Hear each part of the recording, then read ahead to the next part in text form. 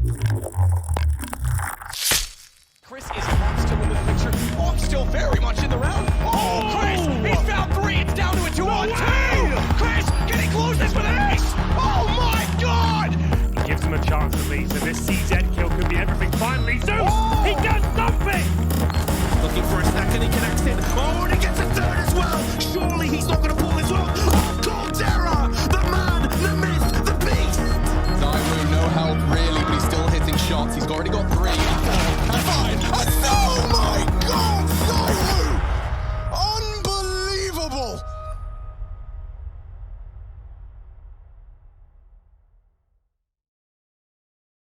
Hey up, everybody. Welcome to another episode of Revenge of By the Numbers. It's been another week of Counter-Strike. We've had another massive tournament, one of the biggest of the year, conclude. Katowice going down in Poland. And, well, a terrific tournament, at least in the playoffs, since last we spoke. But before we hop into the news, the results, everything else that's happened, I wanted to make a quick mention because we do these questions at the end of the show. It's something that we've been doing for a while. And before that, the way to support the show was to hold Grog Coin. And if you held Grog Coin, you could then ask questions in the Discord, and each week we'd be answering your questions. So there's a new setup. We've been talking about it for a while, and there's a new way to support the channel. There's a new way to support the content that we put out, and that's to go onto the Discord channel. It's still in the Discord, but in the Discord now, if you go to the Last Free Nation Discord, and there's links below in the description, there's links everywhere, so you'll be able to find it. But at the very top, there's server subscriptions. And if you choose, you can subscribe to the server on Discord. And frankly, the reason why we went with Discord is because it gives us by far the best cut. So it really is going a long way towards supporting the show. It's why we're not doing Twitch subs or any of that sort of stuff, because it's just better to be on We also Discord. do have Twitch subs as well, by the way. If you want We to do have Twitch subs as well. This will give us more. If you're looking for the maximal, bang for your buck support for the channel, the Discord is going to be the best option going forward. But that also allows you to ask questions each week if you want. So that's how we'll be doing it. In case you're interested, go and check out the Discord. It's definitely awesome. It's really cool to see, and we've got a great community that's starting to form over there. So good times. By the way, I'll also say as well, I actually had to learn this myself. I wish I'd actually done like a Patreon, literally like at the beginning of my career as like an independent journalist in like 2014. The whole reason I didn't, believe it or not, is because at the time, because I used to be someone who read all the bloody comments that idiots would say, I used to think, oh, well, what will happen is now I'll just have some guy complain like, I'm not getting enough for my $10, or like, I asked you a question, you didn't even, and I thought it'd just be a hassle, but it's the opposite. Similar. Like the reason why this is a way better approach than just having people like put their questions in Twitch chat if we were doing it live, for example, is it just almost ensures no idiots actually waste everyone's time. Like as mad as it sounds, even charging $1 for something like my Patreon just keeps out 99% of idiots. Like idiots just won't pay for stuff on the internet. They're too used to it being free. So I actually will say, if you watch these shows where we had the Grogcoin questions, this show, Four Horsemen, Summoning Insight, these shows had a way higher level of quality of question than a random Twitch chat question or just the sort of like crap you'd get if you did a Twitter, like, when those bad that's right, motherfucker, bad journalists. Oh, don't worry, they win Journalist of the Year, but a bad journalist and interviewer does this. I'm about to interview X. What do you guys want me to ask? That's just called being a fucked up middleman for an AMA, you cunt. Like, you didn't do that. Like, you didn't do an interview. They did. So I don't do that. So if you do that, you'll notice you just get bad questions. In AMAs you just get questions like, when did you start CS? It's like boring. But if you actually do, like we're doing here, where there's essentially a cost, but it comes with it the perk of asking a question, you'll just get really good questions. Like I will say, I think a lot of people love those segments on like Four Horsemen where Richard gives his thoughts on some like metaphysical concept or some book he's read that changes. I think that it just engenders a higher level of, as you say, community. People actually feel like they're part of something, as opposed to just being a random guy who can just throw anything on the screen. So yeah, I think they're legit. And we've got a bunch already, so it's all, we got a bunch of questions already, which is badass. But also, it is worth mentioning that this goes towards supporting all the other content on Last Free Nation as well. So, like you said, Four Horsemen, Snake and Banter, and you can ask you questions about those shows as well. Exactly. Yeah. Exactly. There's questions for everything, and really, it's a way for you to get involved with all the shows that are happening on the network. So, it goes a long way towards supporting us, and we appreciate it a lot. Everybody who's leaving comments as well, I'm reading all your comments. It's awesome. So keep doing that. But okay, that's enough. That's enough of that. Duncan, how's your week been? Has it been good? Pretty good in general, yeah. I mean, look, and there's some stuff I've got, like, we're finishing off a big story. It's not in CSGO, though. Like, if people know, I promised everyone when I made that Evil Geniuses CSGO video that I'm also going to do one about what happened in League of Legends with a player there who got burned out. And I'm also, now it turns out, going to also do one about that gamer doc idiot who just keeps constantly, like, wrecking themselves by having dog shit opinions on the internet. So I've got a bunch of that stuff coming up. But in general, like, I actually personally thought Katowice was pretty cool. Like, I enjoyed watching it.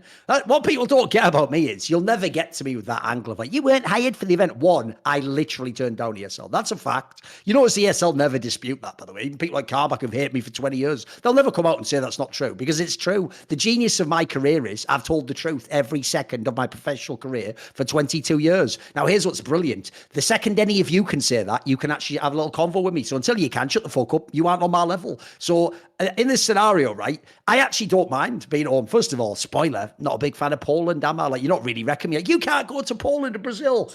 Rewind again. Think of the reason why it would be a famous thing that I can't go to. Because I don't like those places and the people there. Spoiler. It's not that hard, is it? It's not that hard. So when you have an event like Katowice, I actually love that every year I know I'm just going to be chilling at home, watching the fucking games, mate. Watching the bit. I love it when it gets to the playoffs. I can sit back. I actually schedule it nowadays for a match like that. Like it was, if assuming it's one that I'm going to watch live, I have to watch a lot of VOD, but say it's like a big semi or a final, I schedule it like I would the Super Bowl, mate. I'm like, oh, that's on like Sunday at like 3 p.m. Oh, I'll put that in my calendar, get all the chips ready. You know, I just like sitting back and enjoying it. It's actually fun to watch it as a fan sometimes.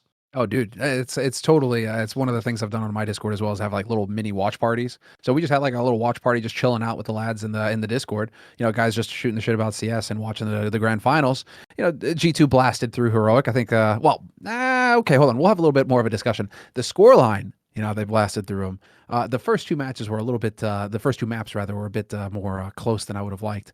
But they still got the job done. G2 still won, so congratulations to them. Nico finally hoisted a trophy. I saw you had a tweet on that topic as well. Well, you've had many tweets on all of this Katowice, but in particular, I mean, we can just hop right into that, and then we can start discussing some of the news. I think, by the way, even though it was Katowice and it was a big story, I actually think a lot of people missed a lot of the big storylines for this one. Like, look, I'll give credit to ESL. Usually they're terrible for history stuff. They were actually on top of all the map record and the streak and that. That part was good, right? But I actually thought some of these narratives just got completely missed. Like, I'll give you an example. Obviously, Richard's not here, and this was obviously the big comeuppance for Richard, wasn't it? Because he crowed so much when they didn't qualify for that major, and particularly on the angle that he just explicitly said both that Huxley's like bad and also he thinks JKS is overrated, right? And obviously that looks really bad now, because not only have they now won all these events, the two big events back to back and all the series, but as well, Huxley is literally never even losing his opponent's map pick, and JKS was the MVP of the whole time. I don't care, by the way, that they gave it to Hunter. Like, if JKS wasn't the MVP, he was the second best player. Like,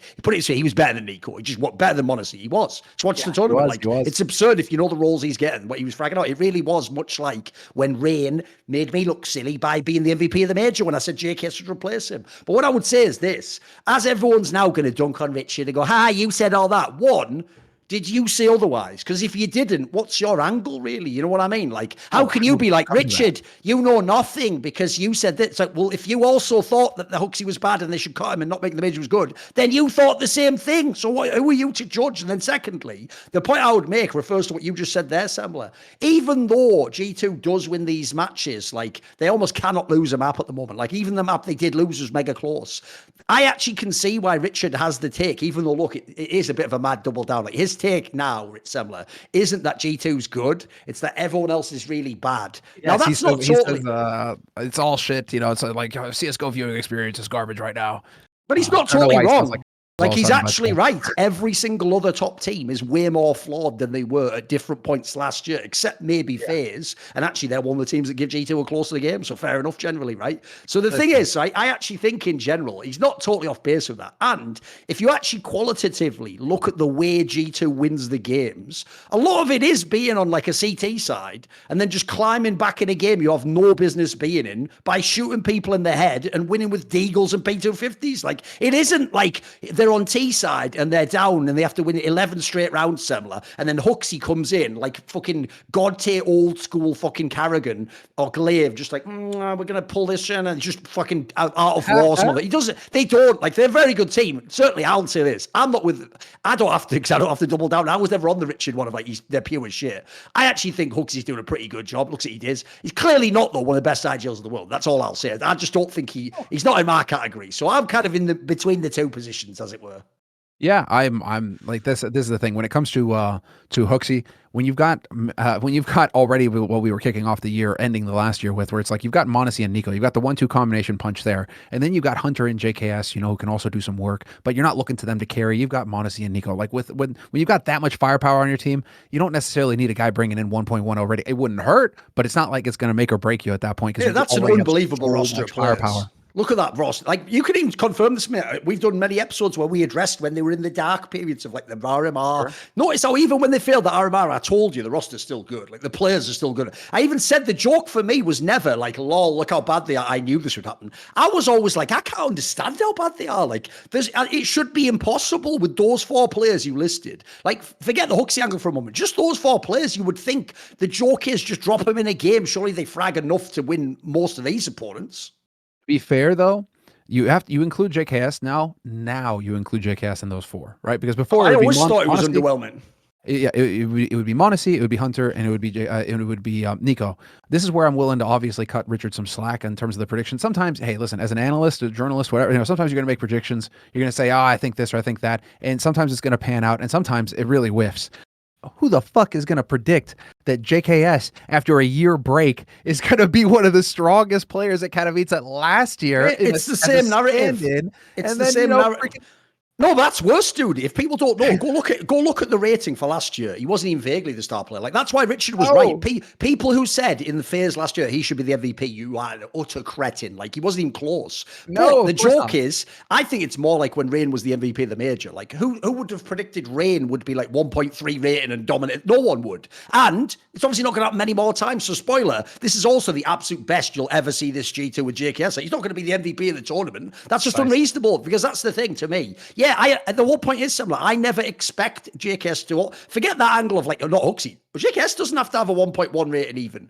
If he's on a team with Nico, Hunter, and Monacy, that's enough. Remember, Monacy and Nico right now might be the best 1-2 punch in the whole world of all of Counter-Strike. And then you're going to add in Hunter, who's stable, wins 2vx's and clutches, like seems like he fills in the role. So to me, JKS, that's why actually I agree with Cassard. Even though Cassad's also out on the Huxley thing, he was the one who thought, because obviously he has his history with JKS. I agreed with him. To me, signing JKS was the most slam dunk move of all time, because he literally played the spots they had Jackz in that Jackz wasn't good at. But he used to be a star. And what was the way in Renegades he was a star, if you remember, is they would intentionally, he didn't ask for this, they would intentionally leave him towards the back of T rounds to win all the clutches. And as you saw in this team, he just wins clutches for free. Take away the rating, he's not going to frag out like that. But if you have a player on top of all the superstars who just wins clutches, that's his thing, and plays like shit roles on CT, that's why it's the dream. So in many ways, I think a lot of this discussion, what they miss is this. To me, I'm more interested in things like, notice the bad period and what's changed. No one points this factor out. There's one factor that's changed. Remember, the lineup's the exact same, right, Sam? The players are all the same. What part of the org is different when they failed the major and now they're winning everything? What changed? Well, obviously, they got rid of the founder of the org. No, I mean, they used to have Extaz as a coach. Oh no! Hold on, I must be totally sidetracked here. Oh no, Extaz is the coach, of course. Okay, he was one of the most famous coaches in the world. We're talking about vitality now with Extaz. No. But that was the point, right? If you remember, people just make it like Alexi B versus like Huxley, which doesn't even work because Alexi B had Jackz, whereas like obviously Huxley has JK. To me, the big difference is the ultimate failure was when they fired / he stepped down Extaz, who it was implied was supposed to have control, but I imagine it seems like he didn't have that much control. And then since then, let's be real, the Swanee guy, he's been around ages if people don't know. I think he used to work with like SK back in the day. He's worked with a bunch of different people. For a long time, yeah. He's more like NKJ if you don't. He's more like an analyst. He's not really like a head coach. So I don't personally even think they even have a head coach right now. So to me, it's more like, if anything, maybe Huxley gets even more control because now he doesn't have the coach in the way. Like the problem Extaz always had was he had all that success specifically with French lineups. This wasn't a French lineup, which is always why. Like it doesn't mean he's a bad coach. Maybe it just doesn't suit him. Because I always think, mate, this has happened in League of Legends a bunch of times. Like in European League of Legends, Legends, you probably know this. It's like Dota. There's no such thing as teams all from one country. You have like a mix of players from Europe, basically. You have a guy from Russia, much more the case over and a there. guy from Dota, Sweden. It's the same in Dota, and a guy from whatever. You can do any country because the idea is you don't need to calm as much as you do in CS. Exactly. You just team fight and say the name of the agent or the hero, the champion, whatever, and you fight around it basically, right? But the problem becomes people then act as though, right, all players are just the player in the server, and what they miss is the culture angle. So I'll give you an example. There's a team recently, I won't bother mentioning who, but they had a bunch of French players in it, and all these Americans would be reading their tweets and they'd be going, "Oh my god, what's going on in this team? They're all like, all morale's crushed and they're all depressed." I was like, you just don't know French culture, mate. Like, if things aren't going well, it's like the joke is like complainers just letting off steam. It doesn't even mean it's the end of the world. Like, they're all gonna talk like, "Oh, I cannot believe it." But in the game, if they're good, you know, whereas it's different if like someone Finnish or something like that who were very like reserved, if they would have come out and say like, "Oh, I'm emotionally torn up, I don't know if I can continue, maybe it's the end for me," you'd be like, "Holy shit, whoa, is everything going right?" That you got to know the culture. So to me, I don't even blame Xtaz. Like, I imagine he just got thrown into a mix of, he was working with all these French players, including legendary players, by the way. Then suddenly he's got this mad mix of like 16-year-old Monacy and Alexi B from Finland coming from OG, and then you got Nico with all those problems of like, should he have won everything? Has he won everything? His cousin's there. Like, you know what I mean? Like, you're working with a lot of moving parts here. So I actually think a lot of the like harsh conclusions about G2 players or people who've been in the are really unfair. Like, the point of this squad to me is it's a super team attempt, and we all know super teams only have two ways they go, Samler. There's no like, "Oh, they're pretty good, they're like the fourth." No, super teams are either the best or they're nothing. It either works like a motherfucker and you get it all like they're doing now, it looks incredible, or it's like when it didn't work and suddenly you can lose to fucking Gamer Legion in the best of three. You can lose to, you know, who was it? Was one win before they even had like boom. You can lose these games, yeah. That's the nature of super teams, I'm afraid. That it is that, or the flip side to that coin. I mean, you have the CIS region where all the teams are still pretty much in line in terms of like they're speaking a Cyrillic language basically. So it's you know, Ukrainian, Russian, all of that interchangeable. Kazakhstani, it's like same region, same thing. You can kind of pull. It's not as big of a culture clash in terms of comms. But it's why I've got respect for teams like Big, who are still sticking it out, who are really trying to make it happen on a national level before really going out of their way to see if they can pick somebody else up. I mean, sure, they've had exceptions in the past with some Turkish players, but like, you know, they're really trying to stick it to stick through that, because you can see what happens otherwise if you're not trying to cater to your up and comers. You're not trying to give them a way to compete down the line. They're going to be completely out to dry. And it's kind of what's happening with the Swedish scene now, where it's like, where are all the Swedes? And also the French scene, where are all the French players? If you don't actually provide them a way to keep playing, there isn't really going to be much coming from it.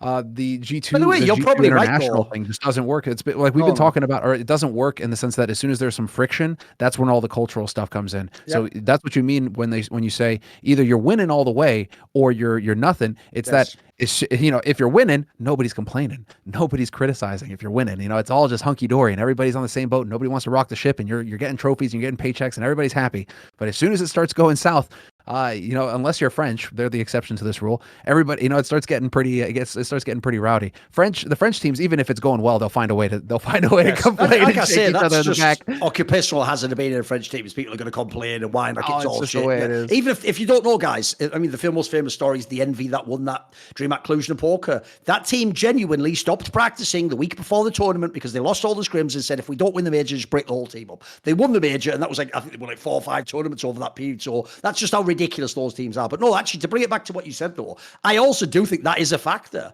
Like, if you know the way Carlos acts, Carlos, in my opinion, is the real reason why Alexi B only got like what, half a year, something like, he got like 6, 7, 8 months tops in the team. He would have done changes. I actually imagine, ironically, if Carlos had been here, maybe Huxley already is fired. I don't know about JKS. I imagine he'd got to stay, but I think they maybe would have replaced Huxley, or maybe they had a different coach now. Something to fucked up with that might have actually allowed this team to exist. That there's not someone to sort of say time to triage and just get certain elements out. So it does seem more like the way the contract.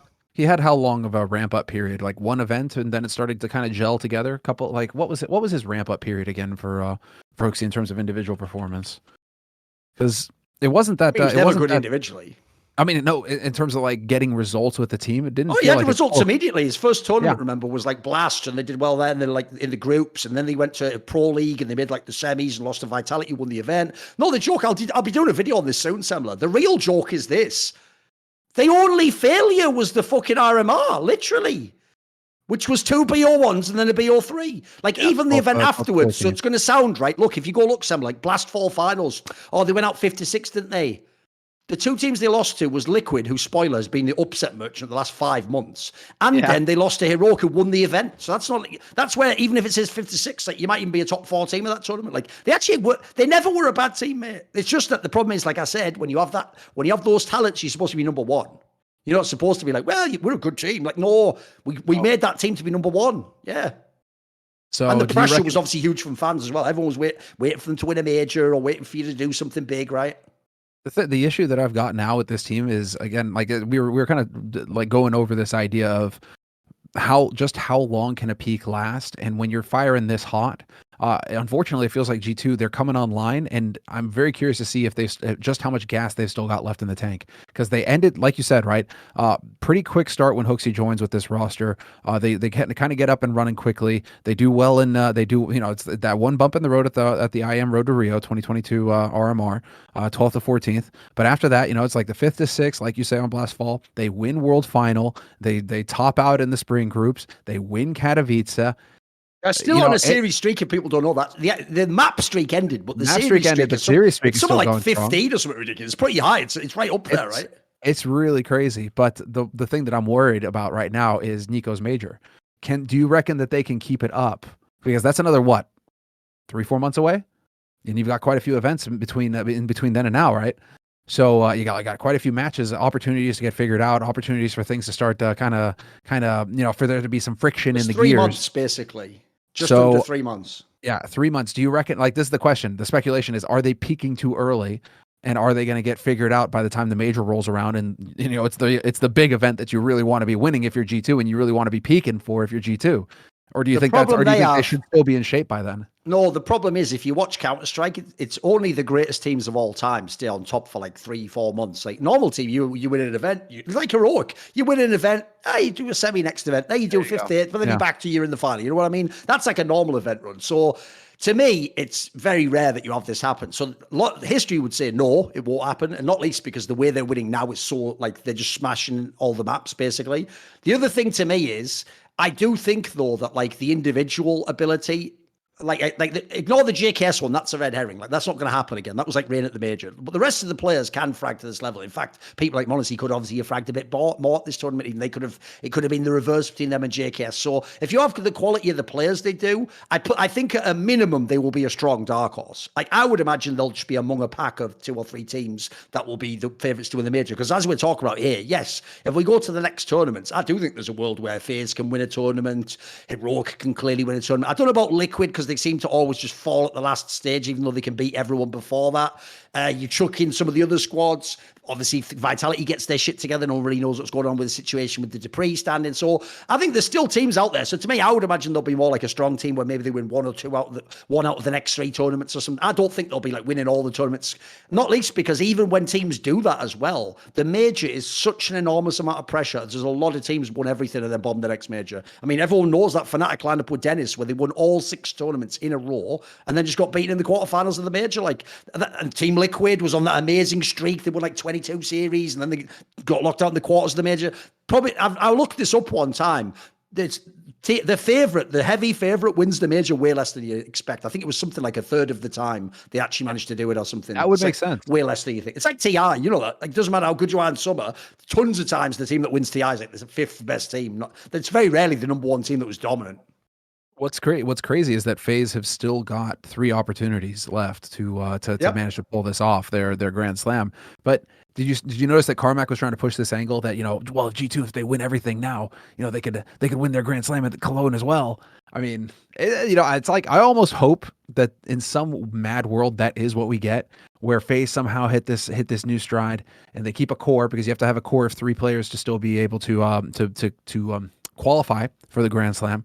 So if you do like a massive roster change, then it's not gonna happen. You have to start over. But if they keep a 3-player core from the run so far, FaZe, and G2 still kicking, we could potentially have a grand finals in Cologne between the 2 of them duking it out for the Grand Slam title and the prize money. That would be pretty funny. That'd be I pretty mean, crazy. as I've always pointed out, the only part of the Grand Slam that has never actually been activated, even though it's a great concept, is the fucking denial in the final. Yeah. Not only has no one ever done it, so it's never been activated, there's not even been many chances for people to do it. That's the maddest part. So it's sad because I thought the same thing. Like, if you don't know, the year they introduced this was when a phase with Nico was really good, and then along came the Astralis Super Team. So at the time, everyone hoped, like, oh shit, imagine if they meet in like a big final and it's like, I win or I deny you the 100. That would have been such hype, but it never happened. So I do also hope that could happen, but that just shows you what a rat Carmack is. Because I'll tell you how Carmack and ESL's minds work. You'll know this. If you ever work a major that's not run by ESL, ESL will find a way, either on the last day of the final or during the playoffs, to just do a big announcement about their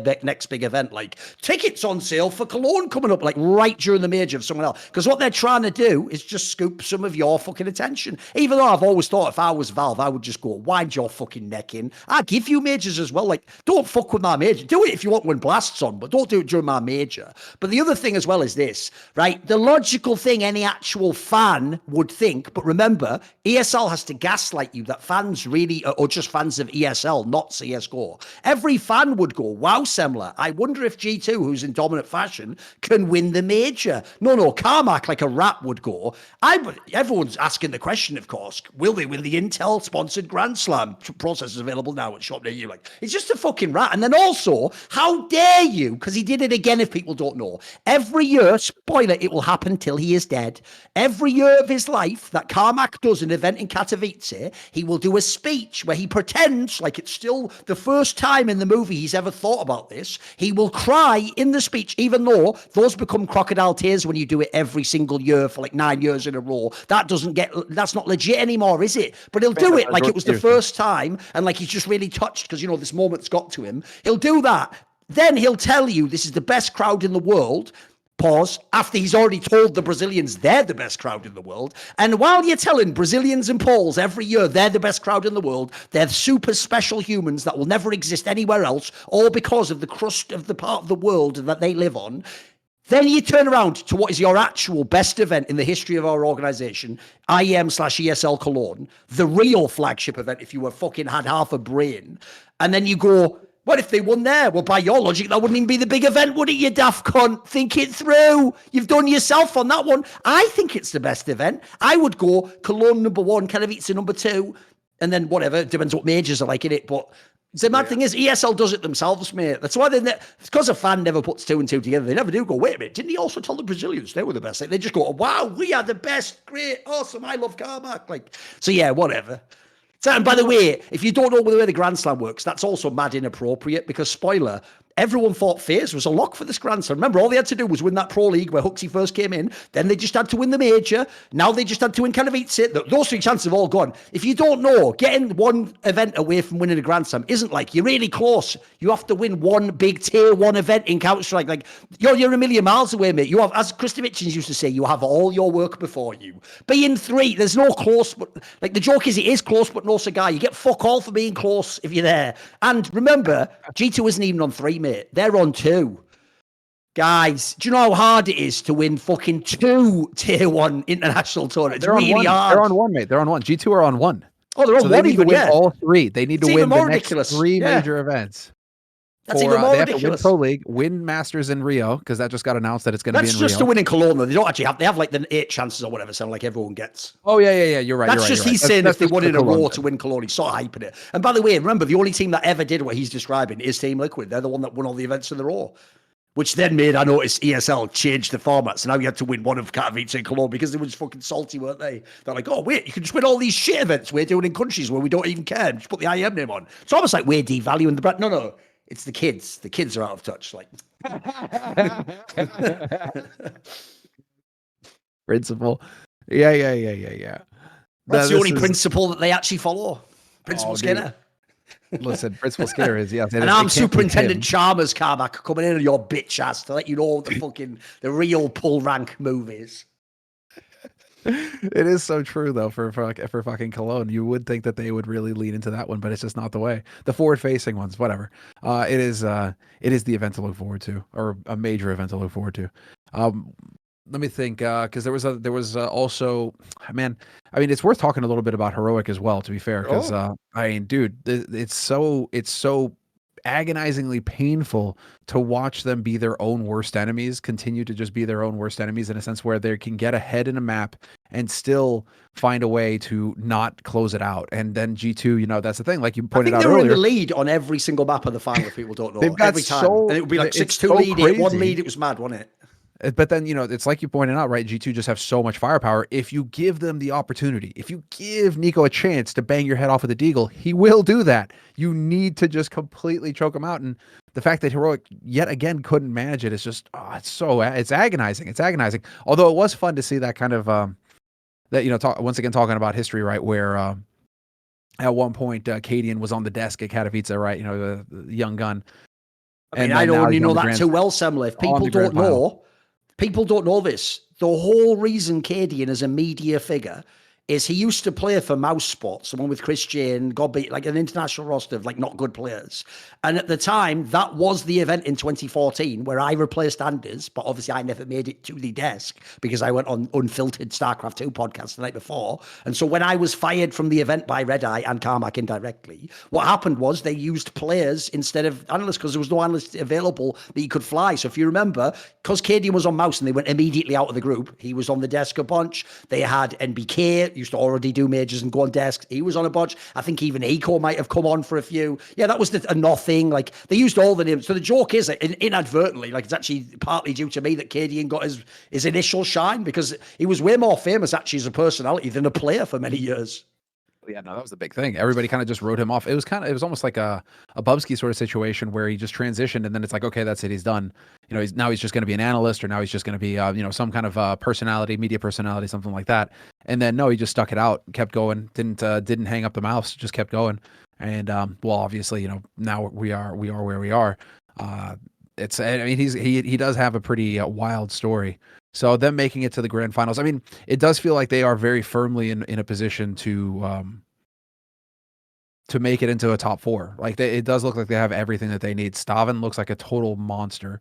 I mean, they've got the firepower. The entries are solid. Like it feels like they do have all the tools, and everybody is just still so balanced on that team. So I mean, to me, their biggest enemy is still just their own what we call it, their own mental game, their lack of experience being able to close because they don't have enough big tournament wins under their belts, and so they're getting in their own way, not being able to just take control of a match and end it. Right? What do you think about their situation right now on Heroic? The big problem I have basically is this event should actually, unfortunately, convince you that if there becomes a dominant team, if G2 becomes the dominant team, if FaZe gets back up there, if Na'Vi makes the right move, Heroic won't be the team that's beating them. They'll be, like, as you say, like a second, third, fourth team, and they'll be like a good team to watch. They'll be a very consistent team, I imagine, actually. The style works. But the problem they have two problems. Here's why I don't think it can happen. Because as well as JKS, there was another player who was putting up numbers that are untenable for his career, and that was Yabi from Heroic. If they'd have won, he would have been the MVP of the tournament, if people don't know. His numbers were unbelievable. Even in the semi against Na'Vi, he was going off. Well, in the final, he just cooled right off. He was still a good player, but he wasn't dominant because that's not who he is. Like, he's a guy with sharp aim and he hit a streak of nice matches. That's it. He's not going to be like an Eco who's just going to put up monster numbers every tournament. And the main problem they have is they don't have someone like that. And so even though I know a lot of fans don't like this angle, actually, because it's a famous thing in sports analysis, some people think it's just for narratives. It's called like the superstar principle, which is the idea that there are players who are just much, much better than other players. And some people think it's just media hype and it's a team game. No, but the reason I believe in it, because in sports, particularly the NBA, the analogy goes like this. The thing about the superstar isn't that like other people can't get baskets and play well. It's that the superstar can like force it even when everything's going badly. Maybe even his own game's going badly, but he just has a way to like either shift his game or brute force his game, and he can just make rounds be won. So in basketball, the analogy would be if you get to like a tight bit in like the fourth quarter where everyone's nervous and no one's scoring a basket from either teams, the superstar will be the guy who's sort of like, right, fuck whatever like tactics we're doing now. Give me the ball. I'll make something happen. Like I'll find a way to put a shot in or defend their best player, and that'll be the game change. Like they don't have that on Heroic. So Heroic, it's like I made this point on Snake and Banter, which you can find on this channel. The episode's already up with Alexi B on the YouTube channel, Last Free Nation. What I actually made the point was, Heroic is the team I would tell all young players and all like inexperienced wannabe pros. That's the team you want to watch to learn like how Counter-Strike is played. Like they're playing beautiful Counter-Strike. They're playing team Counter-Strike. Their teamwork and chemistry look phenomenal. Cadian's IGLing looks really good and his calls are all excellent. But the problem they're going to have always is they've pretty much tapped out all those areas. They're pretty much maxed out. If this was top trumps, they've got like a 9 or a 10 in a bunch of those areas. So then at the end of the day, if other people have either way more firepower to make it up, or they have anything comparable to like a good team style, if they have a Simple, if they have Nico, if they have Z, then they have the tool to beat you in some of these games, and you won't have any, you have nothing you can do about it. When someone like Simple goes off, I mean, we've had enough of years of this now, guys. No one can stop him. I mean, Charles Barkley always says in basketball, when some player like that goes off, like, that's just God. Like, you can't, there's nothing you can do about that. Like, that just happens. You have to almost accept it like a fact of nature, as it were. So I think that's the big problem they have, is that they're a really good team. But I think part of why they've had the success in this exact period is because this is the period when the other top teams are a bit confused and the lineups aren't at their best. Once the other teams establish themselves, I think unfortunately they're doomed to be like you say, like a semi-finalist team who give a really great game but lose on the third map 16-12, and then whoever it is goes on and wins the tournament and they go, damn it, so close. So I don't blame them even, because here's the trickiest part. Unlike teams like G2, I can't just chop and change this lineup, mate. If I take someone out of this lineup, maybe that whole beautiful chemistry and comms all disappears. Like, you can fuck it up, you know. Like, as much as like Config might be a monster player, maybe he wouldn't fit the style of Heroic. Who knows, right? You never know what vibe they're going for on that team. Yeah, that is, it kind of comes full circle actually on this whole point where it's like, okay, Heroic, you really are hitting the nail on the head when you say that they have all the tactics, they have this beautiful team play Counter-Strike, and almost that was like a strength, because what we were saying before is that you can no longer just utterly dominate, individually dominate a game to the point where you can win, right? Eventually you need a team, eventually you need help. We saw it with Simple, you know, when he got bid in Electronic to help him, all of a sudden the game becomes easier and all of a sudden Navi win. But up until that point, Navi are always a threat because of Simple, but he couldn't quite get it over the line. Now what you're talking about is if you have that kind of player, and that player has just a little bit of backup, you know, you got your Nico and he's got a Monacy, you know, that's going to be what can be what actually makes it impossible for Heroic to win. So it does eventually come back to a star player, actually. In the end, like we're coming full circle back to, actually, you do need that star player. Even if you have perfect team play Counter-Strike, you do actually need that guy who's just going to be able to pull it out. And now G2 have 2 of them. You know, they've got a Nico and they have a Monacy. Monacy's shaping up to be an absolute monster. It's the same as far as I know in all team games. Almost every team game, unless the game itself was, I don't know, maybe Heroes of the Storm. I mean, that's the one people claim where you couldn't like carry or whatever. Like, even in games that, in fact, are less raw skill, like League of Legends and Dota, mate, you know this if you've watched them. The guys who were the greats, like Faker and fucking Miracle and RT, they are unbelievably good. Like, if you have those players, they do win your games by themselves. Yeah. Everybody remembers. I just remember it because there's also Doa casting it. That one, like, what, ZVZ clutch that Faker pulled off. Wasn't it Faker who pulled that one off, or am I imagining? No, it wasn't. No, it was right? Faker versus Rio in the OGN final. Yeah, and that's exactly, and that was Doa just losing his mind. That was a good. You see, that's a clip that I remember. Even if I don't know what's happening in League of Legends, it looked epic. It looked sick. Oh, it was good. That was good. All right. Was there anybody else that kind of stood out for you at Katowice? Because going into it, I pretty much just called. I mean, as far as I was concerned, it was G2's tournament to lose, and that did kind of play out in the end. I mean, we've already kind of talked a little bit about the we talked about the play-ins. We've covered the groups as well. Say to me, Liquid's the other obvious team, because if you look at this event, right, they beat FaZe in a best of 3. Okay, that's already interesting, right? They were able to play Na'Vi pretty close in a map. Later on, they lost to G2, but in semi-close maps. Like, they beat Vitality in a best of 3 that was close. Like, Liquid did work at this tournament, and they have been doing work at these last few tournaments. Like, at the Blasts, they were going deep. They'd be in the semis and final. The problem they have is, it's a bit like, I think in their particular team, like, basically my issue with Liquid's the same as it's been the whole time, is that, like, they're good in all areas, right?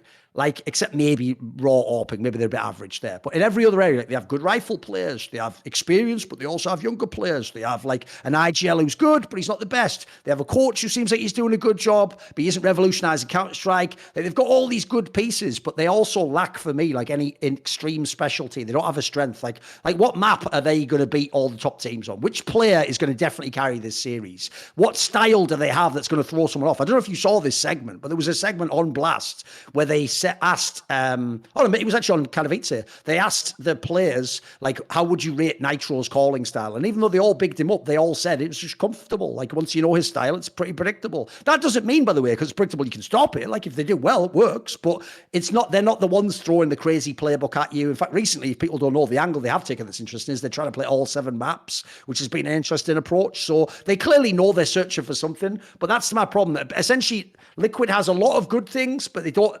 Being the best in sports is about being the best. You have to be an elite at something. You have to be you have to have a map. Like the obvious example, if people don't know why FaZe keeps losing the G2. FaZe used to win on Nuke like every time it mattered. G2 wins every Nuke game between FaZe and G2 now. So that's the game changer. Liquid doesn't have like a map like that. They don't have that one map like, oh shit, don't play Liquid on that map. They'll get anyone. Like they don't have it. So I still think they're good, but they're another team that they're still a piece away for me.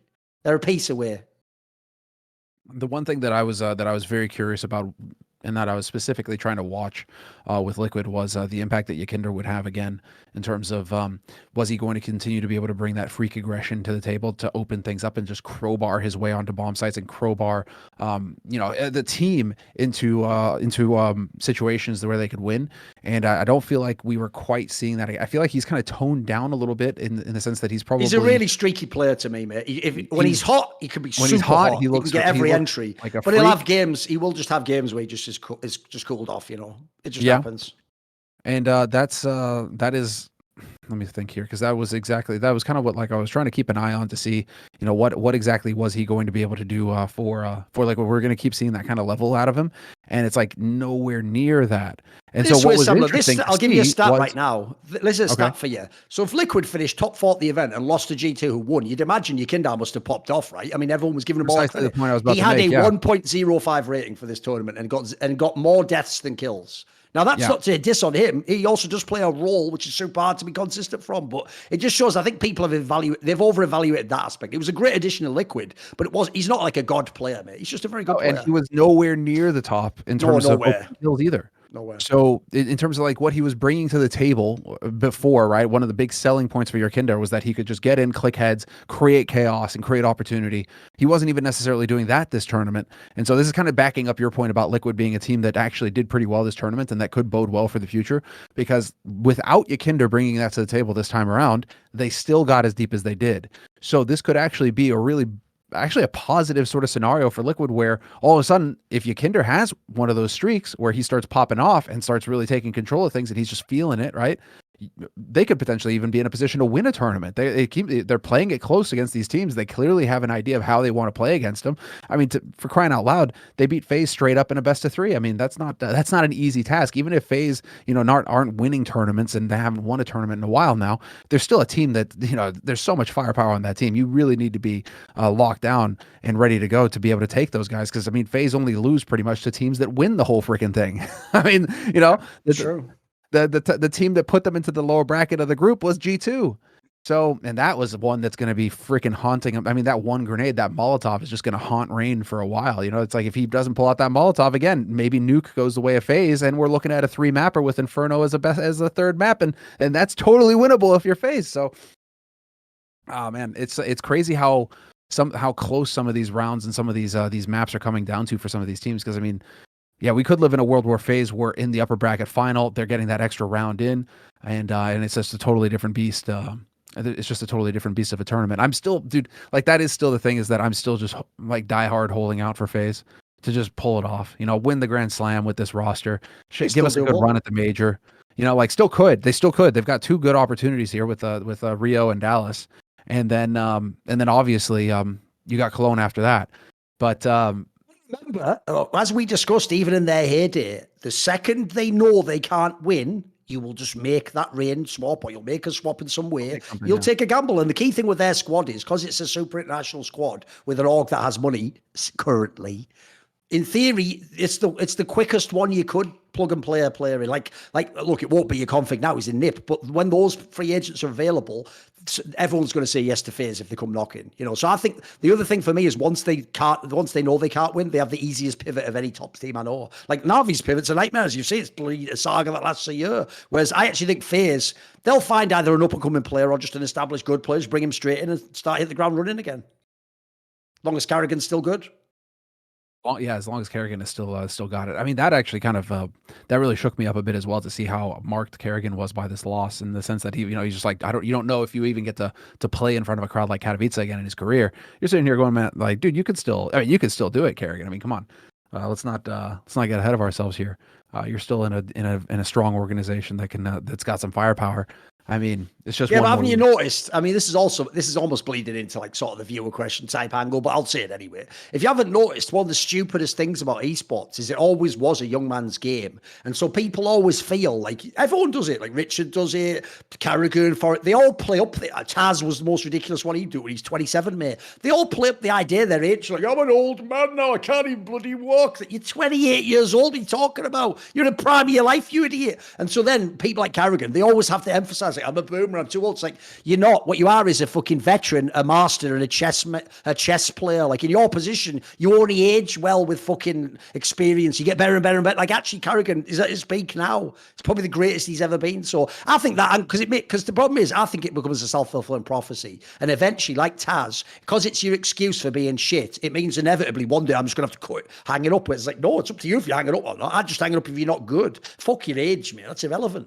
I think the thing is that he's probably got, and this is pure speculation, of course, but I think what he's got in the back of his mind right now is he just got married, and when you get married, that's usually to start having kids. And it's like he's 32. You start having kids. That if anything, it's not age that's been the determining factor that where players start to hang it up. It's the fact that they start families and have kids, and all of a sudden have like responsibilities that are taking them away from just training 10 hours a day, right? The way that they used to once upon a time. Because you clearly see that in some of the older players. I mean, come on. I just think it's whack. Kaz, That's the Neo, problem. Pasha, they all started to hang it up as soon as they started having families. I agree that's why they do it. I just think it's a whack angle. Like, spoiler, okay, my heritage used to be in a mine 14 hours a day. Like, I think you can play at home on days off and just play an online game and then see your family. That's, by the way, I've always thought it's the wackest angle of all time. Like, family death is one thing. That could haunt you. That could destroy you for months. Having family is a good thing. Now what you do is this, spoiler, you don't take time away from your work and your purpose. You take time away from watching stupid TV shows or doing some bollocks or playing a silly game like playing fucking WoW in your free time. That's where you get your family time from. Because I do think, by the way, the most overrated aspect of all time, I've seen pro athletes do this endlessly similar. Another reason pro athletes always do the comeback if they retire early is because they think, because they were on the road 24/7, because obviously the pro athletes is way worse life than even CS. When they're on the road, they think, I can't be at home and enjoy my family. Then they go home and all they do is spend time with their family. Well, you've just made it completely unbalanced the other way around. Like, it's actually mad inappropriate to spend like 12 hours a day with your kid, unless they're like, unless they were like you mentoring them in your job or something, you're making them a carpenter or something. You would only ever want to spend a few hours. You want it to be, that's why it's called quality time, right? It's not just time. So I think the idea is you think, it's basically, it's like the modern day version of the old dream that people used to have in 1950s America of like, you work in the office all these years, but then you get your retirement and you go to sunny Florida and you live in Boca del View, and look, I'm having cocktails. Like, and the joke is like, it's like you're just actually dreaming of a fantasy life that you don't have now, but you don't know that when you get to that, it'll be pretty boring. You just be sat around all day like, what? So I'm just sat here having a cocktail. That's all I do now. There's nothing else going on. No one gives a fuck. Like, I think players basically get caught up in that. Because what I would say to Carragher, if that's true, by the way, it goes like this. Well, I'll tell you what you're going to need if you want to have an awesome life for that kid, mate. How about a job where to some degree you can set your hours when you're at home? And two, a job that makes massively more than you'll ever make in your life. Like, if he quits now and goes and just even a job in the industry, he's going to half his salary immediately, by the way. And if he goes and joins a job outside of the industry, who the fuck knows right now, mate? So I don't even think now's the time to transition into a family life. I'd fucking just keep it chill, balance it out a bit better. Essentially just be an adult. The point is, when people go, the reason people aren't as good is because they haven't got the time anymore. No, it's the other way around. People who are 17 are irresponsible and spend 15 hours a day playing a video game. You should do it like a pro. Dude, people like Kobe, this is what Kobe said he did, right? He never gave up his family life ever, Samler. He gave up his social life. What he did was he used to practice more than anyone at basketball, then spend all the rest of the time with his family. And he had both lives, it seems, were awesome to me. But that meant he wasn't at movie premieres. He wasn't in the club with all his friends. He didn't have a lot of close friends. That's the thing. It's just about priorities, in my opinion. That angle sounds like they're just a young man who's still a young man trying to just get away with like, I have to do this now, lads. Got to go see the missions. Like, you can put time aside for that, mate. Just manage your life. It's your life, your time. Just manage it the way you want. Prioritize. This is a fair point. This is a fair point. I was actually wondering a bit if it wasn't the other angle as well, in the sense that where you may feel like what is it? How would you approach this? That there you would need to have, air quotes, a more traditional setup where, I mean, if you're Kerrigan, you're making more than enough money where your wife doesn't have to work, right? You could, because that's the other thing as well. It's it's like if the wife if is she does working work, as I have no idea well, what she does, and mate. now the kids at the kids at daycare, it's like, who's taking care of the kid? Do you need to chip in? It's like if your wife is working all day, all of this sort of stuff, where these like modern sort of things where it makes you wonder because if you're a player, you're making especially if you're a player in a tier 1 team, you're making very good salary. It's like your wife wouldn't have to work, and so would it be more manageable? Or you could just pay for a full-time nanny, which is something that other players have done as well, and then not have to worry about. I mean, if you have the money, you can bring them with you, Semler. That's the other thing. You don't have to have them on the road all the time. But if you don't know, in the modern day, one of the reasons why the great tennis players, Federer, Djokovic, Nadal, have been able to have this extended longevity is because now they make so much money. They just bring their family on the tour with them. Federer would just have his kids there with him at the event. And the second he's finished practice, he goes, chills out with his wife and his kids. And he's not missing shit then. He's hearing them do the first words and fucking have their birthday and that. Yeah, you can also do that as well. And it's not like you have to do every event. In CSGO, why not just have it where you just do the big ones that kind of eats in the major or whatever, like we're at the point now. Maybe not in Rio, but at normal events, they somewhat can isolate you from people at the outside, and you can sort of just live your life and not have idiots annoying you. Why? Because the murder rate's incredibly high. I didn't make that up. You don't want to bring your family to Rio? Oh, whatever. I mean, you can do it if you want. It's like I said before, all the places I said is shit, all suck. So yeah, I'm surprised I don't want to go places that suck. You win, I guess, if you get to go there. Brilliant. Yeah, great. All right. Well, we can start. Well, I mean, there's a few things actually that's worth talking about. Let's see. Just in the Katowice stuff alone, we could still kind of keep chatting on the Katowice stuff. The viewership took a big hit, but once again, Mira has been bang on the money when it comes to actually giving context, providing context as to like what could have changed. Because at a glance, and this is one of the things with these ES charts where I think it would be easier if you were a paying client of ES charts, because then you get access to a bunch more statistics that you don't check get. all the details. Yes, exactly. You can check all the details. Seems like a very good service, by the way. It looks pretty legit. Oh, it's terrific. I use it. I mean, it's awesome that you can just be like, okay, I wonder what the StarCraft 2 peak was. 73,000. Fucking A, 20,000 more than last year. So StarCraft 2 saw a bump in viewership for IEM Katowice, which is sick to see. They also had one of the craziest underdog stories ever happen. So mega epic tournament, super sick. I mean, dude, it's been a long time since I've just had like such a good tournament where you actually get to have multiple games happening at the same time. So I had CS on one monitor and StarCraft on the other, and it's like we went back in time 10 years. All of a sudden, it's just like, what the fuck year is it? Hold on, there's like a massive tournament, massive finals, both happening, and I just get to enjoy both of them. It's like the best. So Oliveira, massive, big shout out to Oliveira for an incredible underdog run there. Super sick to see.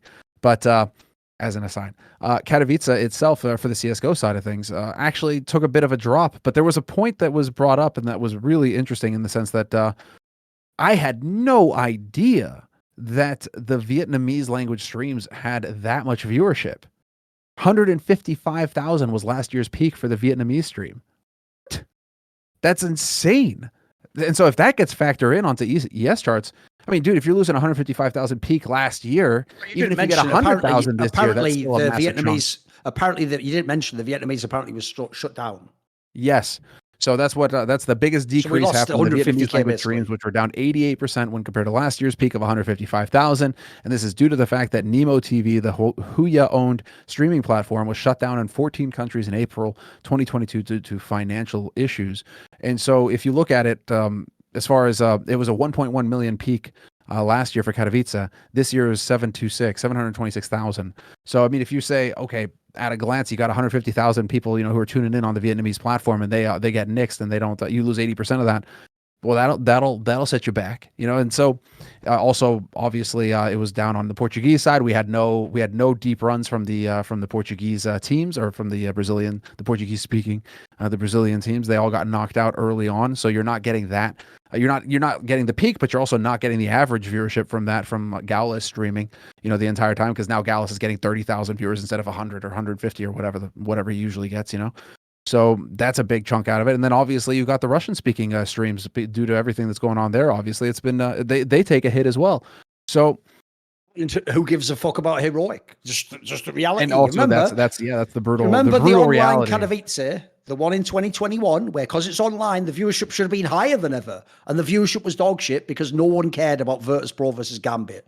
None of them were called Na'Vi, and they also weren't called FaZe Clan or They weren't the biggest teams in the world. Like, the problem is, I had to learn this when those core dogs first came into CSGO, and you had FaZe and Optic come in and sell all those stickers. Like, holy shit, those fan bases are real because they understood way back before everyone that it isn't about just being a cool team. Like, look how good our CS team. It's about the influencer bullshit. Like, look, the lifestyle, and it's cool, and here's like the logo and the hand signal. It's almost like a gang if you look at like it's a culture shift is those orgs. So the problem Heroic has is they've done a terrible job in that regard. The only thing famous about Heroic is their CS team, and you have to be a hardcore nerd to know that. You have to remember, I'll just say this detail because when you know this story, you'll understand why.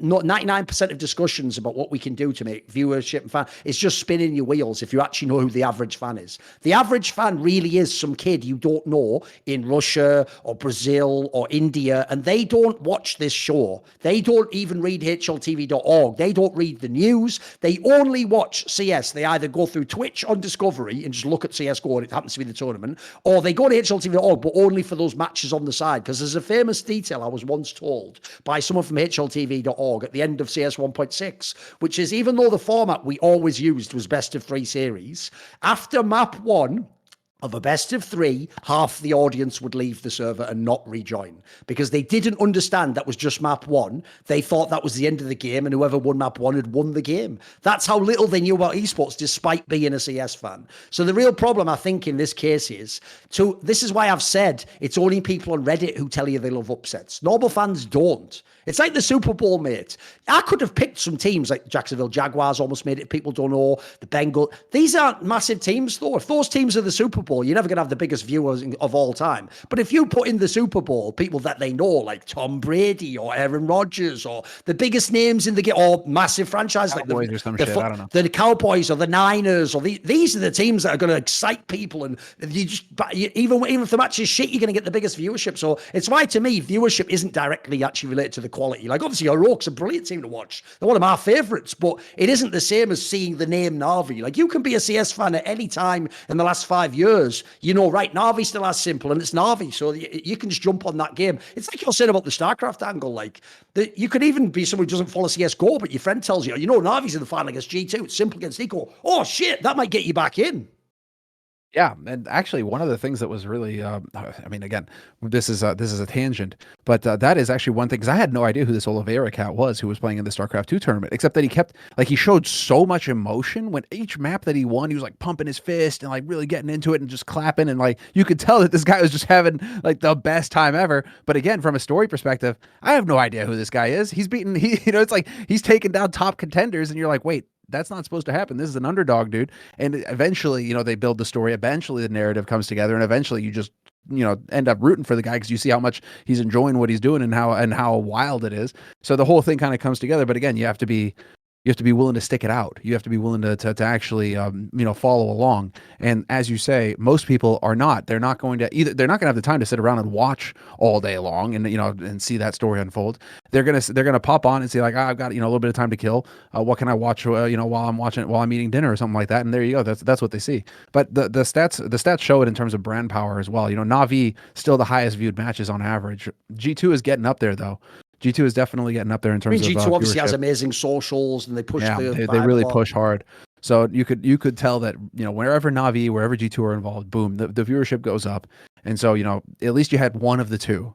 Because again, if it had been like a Heroic Outsiders in the Cred finals, I mean, it just tragic. That would have been a tragedy in terms of viewership. But listen, a little bit of a drop in viewership. There seems to be a number of factors involved there, including literal platforms getting dropped. You can't do much about that, and so that is one thing. What is truly like the white pill in this, though, and which is amazing, is that CS:GO continues to break player base records.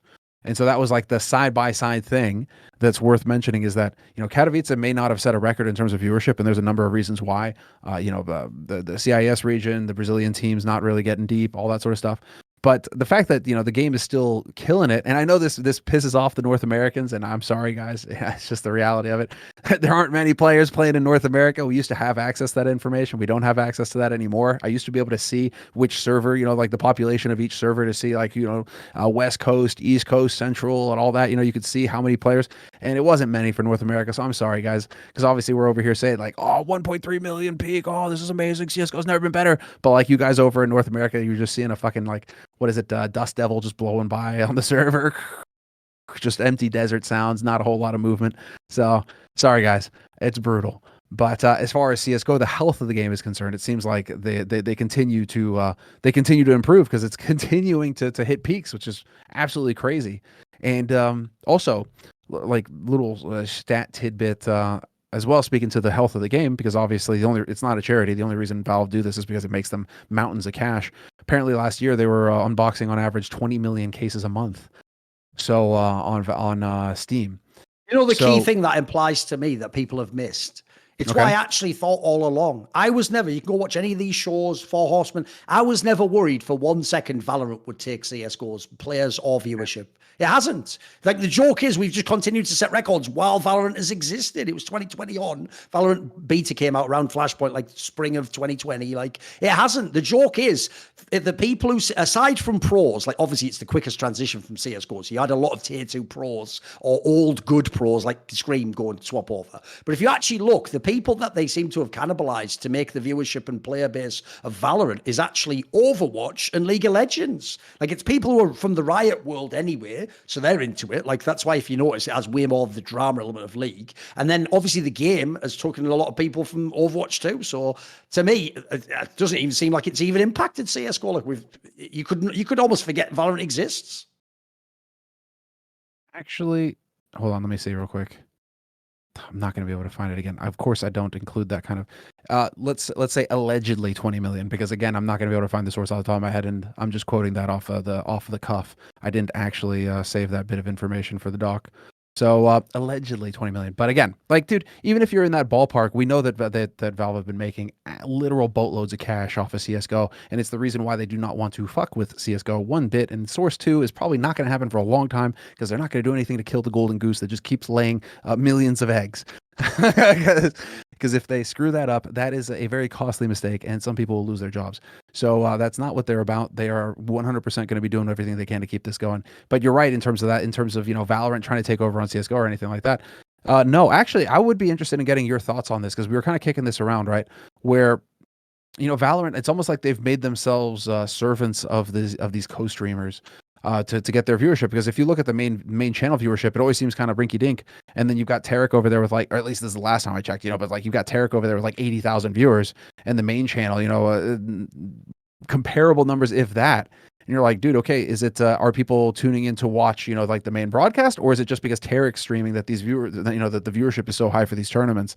What do you think about the whole co-streaming aspect for Valorant? And is that something that we should be trying to reproduce here in CSGO? Or do you think we're better off with CSGO having the vast majority of the viewership on the main channels? Is that something that you've thought about at all? The only people who it benefits to have the core streaming is the developer, in the sense that they just get to quote the whole number. Like, they can take Tarek's and add it to the main VCT broadcast with all the foreign languages, and they can say this number of people watched the event, and they're not lying. It did. It just wasn't all on their platform, right? The problem is this: ESL isn't Valve. So being as Valve doesn't seem to do anything with that, they just stay out of that in CSGO. To ESL, it's terrible if a core streamer takes all the viewers. Those are viewers that you wanted on your broadcast. Now, obviously, I would argue, I don't think those viewers will ever all be on your broadcast. Like, they're there to watch Tarek, or they would be there to watch if he wasn't in the event, Simple or something like that. If they started streaming, like LOM or something like that. So to me, it's just in CSGO doesn't make as much sense. Like, I think they only do that with the small community people. That's why they might let Richard or Flom do it, or Get Right or something. Because what's the harm, right? They're going to add like 15k people. It's not a big deal. Essentially, you just add in some of their fans to yours. But I do think, if you notice the way the sponsorship model works for people like ESL, they just want everyone on their platform largely. They don't really want it to be the case that like you have this massive approach. And the fact that that's a big thing in Valorant just implies it's not real. Like, no one's watching Tarek's stream thinking they're getting amazing insights. I like Tarek, but there's a reason there was a meme he had a peanut brain. If this is top trumps, he's got lots of charisma and he's good at games and he's an entertaining guy. His fucking raw cerebral intelligence ain't high. And I've told this motherfucker that to his face. He can handle it. Well, the joke is I had to sort of mouth some of the words a bit and do a bit of pantomime. But, you know, I think he sort of got that. I brought in a puppet at one time that explained, do you believe that, Thorin? You're not actually an optic anymore. So anyway, whatever. It was story time. It was all good. But what I would say is, like, I actually think that just shows it, like, essentially, that's just influencer culture. That's not really that people love Valorant so much they're watching your game. So I think it's a good angle. Like, if they didn't have that, their viewership would be way low, like you said, and unfortunately they'd be more within the range of the Overwatch League sort of territory, which, if you want to tell people to invest millions of dollars, we've seen that blueprint doesn't work so far. If people aren't aware, go read Richard's reports. Like, at the moment, the Overwatch owners, including some people who, I love how delicious this is, with a fox in Flashpoint who never spent any money, are upset that they've wasted 30-40 million in Overwatch. What's going on? So now they're all going to, like, sue fucking Blizzard or some bullshit like that for Overwatch League being, like, obviously fucking bonk, like I said from day one. But so to me, like, that's just the world of game devs and trying to hype your numbers up. I don't think in CSGO that approach will actually work, because, like I say, at the moment you only make money via eyeballs / the sponsor, and that has to be eyeballs on your broadcast. Like, you're not going to get money, like, from Intel because Tarek had a stream on, or if we're going to do a CSGO equivalent like Forest or something, you won't get anything out of that. So it would be good for the viewership. I don't see a downside there, but I think it's just not the way we're doing business in CSGO. You know, the one that I was thinking that occurred to me as a commentator as well, actually, is you wouldn't want co-streaming if you were a commentator, because all that does is devalue you in terms of the in terms of the tournament organizer. Oh, Why that are they gonna be reminds me. paying you mega bucks if you're not bringing in the viewership? That's why they don't get paid fuck all in League of Legends, Semler, for real. You don't know how mad some of these commentators are in League of Legends. They have to pretend otherwise, because we all know Riot are that meme from the old Simpsons of that old guy, like, that, like, you know, standing up, that's a paddling, talking about the weather, that's a paddling, complaining about paddling, that's a paddling. Like, so the joke is, if you point out that they're fucked up, they prove that they're not by fucking you up publicly and privately a bunch more. So no one ever complains, but behind the scenes, I can tell you that when core streaming became big, especially for being able to do streaming of, like, Asian regions where no one's going to watch unless it's, like, with the person they like no one's going to watch the LPL at 10 in the morning. Dominate does his stuff. All of them do that. LS, there's a whole bunch of big names, Cajal. The problem is the commentators hate that, because they get paid like 125k, and then this motherfucker makes millions of dollars from core streaming. Millions of dollars. Well, imagine being the top analyst or commentator in the game. Like, so I bust my ass all year long, and I get 6 figures, and he gets 7. Yeah, that's the way the game works in League of Legends, mate. No way. What kind of viewership are these co-streamers getting for League of Legends then, in that case? I don't know the viewership, but they make it off the sponsors and stuff, mate. They're an influencer. Remember, they're one person. They can do different. They're millionaires. LS and I Will Dominate are millionaires, mate. Good on them. Good on them. I mean, dude. But if you're the best person, so pick whoever you want, Freak or fucking Jat or any of the people on the, you're not making anywhere close. You're not even getting a taste of that, mate. Remember, you're just a little wage slave. You just get your money for when you turn up and you do your day rate, and there you go. And they're all on those freelance contracts even now. So if people don't know, the most sinister part, I'll reveal this because no one on this show watches League of Legends, you don't give a fuck anyway. The most sinister part about the fact that in America they're even all freelancers, mate, is that means they're not even getting the fucking healthcare. That means you're earning that 6 figures. Oh, it sounds great, 225k, till you have to turn around. And I don't know what it is in America, but I'm going to guess what is it, like 25k for your insurance? Like, it's going to be a lot. That's why normally you get chunk of cash, and then also you happen to be in California, so you are paying the highest tax, one of the highest tax rates, if not the highest tax rate in the world. No, so that's like the dirty secret of League of Legends broadcast, is that they hate the core streamers, mate, because it's everything they can't have, unfortunately. Yeah, and that I think is kind of like a similar situation. I think why if you were to see it really move into CS:GO, that would be, I mean, just from a commentary perspective, that's pretty, you've nailed it. So I was speculating along those lines, but you've actually confirmed it for me that is what's happening, because that's fucked. And then you can just get turned around on, and as well, again, it's there's no reason for Riot or anybody else to pay you more money when you're not necessarily going to be bringing in the viewership. So yeah, once again, that's something. That's one of those things. It's kind of interesting to keep an eye on. Worth mentioning in passing, actually, just in passing, actually, in ESL Impact also happened at Katowice. Yeah, good old Frankie did the event. So yep, Frankie did the event. Over. Don't worry, that video will come. Don't worry, it's on the back burner, but it'll come. It's going to be good. If anything, now it's complete because she did work for them already. So game over at the end, didn't it? Like QED, she was scum. There you go. Which one was it? If I can, let me see here. I had the Katowice. I think it was they peaked at 16,000. So they had an average of 4,000 viewers, and they peaked at 16,000 viewers. There was quite a bit of flack getting thrown around that their finals at roughly the same time, not exactly the same stupid time, as but fuck. roughly the same time. They did exactly the opposite of what the joke is. All of us now agree is the obvious way to do it. I even did a show on my channel, Daring Minds, my Valorant show, where I had Sapphire on, who obviously is a legendary observer and female CS player, etc. And she agreed with me that the most obvious approach now is you do it like a UFC card. You just put the female final before the male final or after the male final. You either do it as the warm-up or you host into it after the male final. And that way some people will stay on the broadcast or they'll join the broadcast. You do it because obviously if people don't know, there's tons of people had no interest in female UFC, but they would put them on the card, and as they got bigger, they went up and up and up the card. And what they do in the modern days, it's fair that they're the number one title fight. That's probably going to be the men's division, but they'll put it second. So right before you watch the big fight you've all been waiting all night for, you watch the women's fight because it's just on. You know, and people don't know. The reason I'm so shocked esports people have failed to understand that is that's the way when we were kids in the 90s that you watch TV. You don't just go, right, oh, my show that I want to watch is in an hour.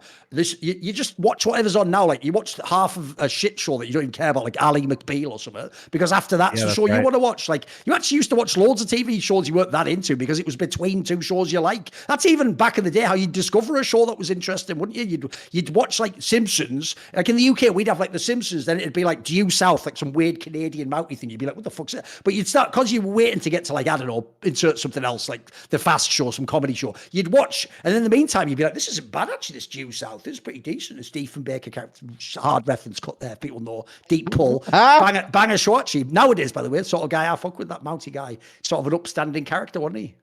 Okay, I haven't watched it. I don't know. It's classic. So I'm gonna have to check this out. Just a nice classic. But that is true. Once upon a time when you had to actually like look forward to shows as well. It wasn't just I gotta watch it, binge it all in one go. It's fine. Okay. But the one thing that there was just one thing that that kind of like stood out, and this is the only comment I'll make on the whole thing is just again, this is all about optics. So again, if you are like you say, right, if you're not going to put the final beforehand. And this is just going to be standalone. This is pretty much like what you can expect now in terms of viewership, because now this is kind of showing a trend, i.e. this is roughly where the ESL Impact events get when there's other events happening at the same time. You get roughly around 10 to 15 peak and several thousand average. So there you go. Here's the obvious question. Shout out Bill Burr. There's two angles that are possible here, Samler. One, are the number of women who play games like CSGO massively overrepresented? Therefore, this just is the level of interest in watching female CSGO. Or are there loads of women in CSGO, like people try to claim, and they themselves don't care about the female division? Those are the two questions I'd be interested to know the answer to, because it sort of infers one of those two, you'd think, right? Well, this is from a personal perspective how I was approaching this one, is that I saw a couple of interviews come up with some of the players, and one of them was with a player called 23, and in it she's also on the team that won the whole event. Yep. So I mean, this is it's not like she's losing. She's getting support. She's getting a salary. She's able to fully focus in on this. They had weeks-long boot camp going into the event. So it's like there's a lot of support going for this team to compete at this level, given the viewership it's getting. Because that's always something, it's not like, it's just money appears out of thin air. It's like, no, there's a business case. That's why the guys get paid as much as they do, is because there's hundreds of thousands, if not millions of people tuning in to watch them. And so that's sponsorship and that's revenue. And then see how it all kind of works. Whereas, if you don't have any of that interest, that viewership, well, it makes it a lot harder to make money. And so, if you're getting any money at all, then it should be gratitude, right? It shouldn't be asking for more, in the sense that where it's like, we aren't getting enough. Well, it's like you're getting a lot already. So, but this was just the one thing where Vilga knocked it out of the park, because this 23 player, was saying that the female scene isn't getting enough support, and if it only got more support, it would only be bigger. But it really is a shame that it's not getting as much support. And I'm paraphrasing. There's a link to the article. You can go and read her interview if you want.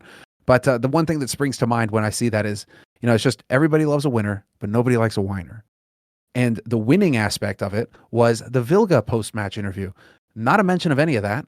Just focused on the game, focused on the tournament, focused on her teammates. They crushed it. She's super stoked about the future. She talked about what she wanted to achieve this year. And I'm just like, fuck yeah. Okay, that's what I want to hear. Just like, what are you doing? What's happening? How are you going to kick ass and take names? How are you going to get after it? Your opportunities are there. Go get it done. Right. There was just the winning aspect and no bullshit from Vilga.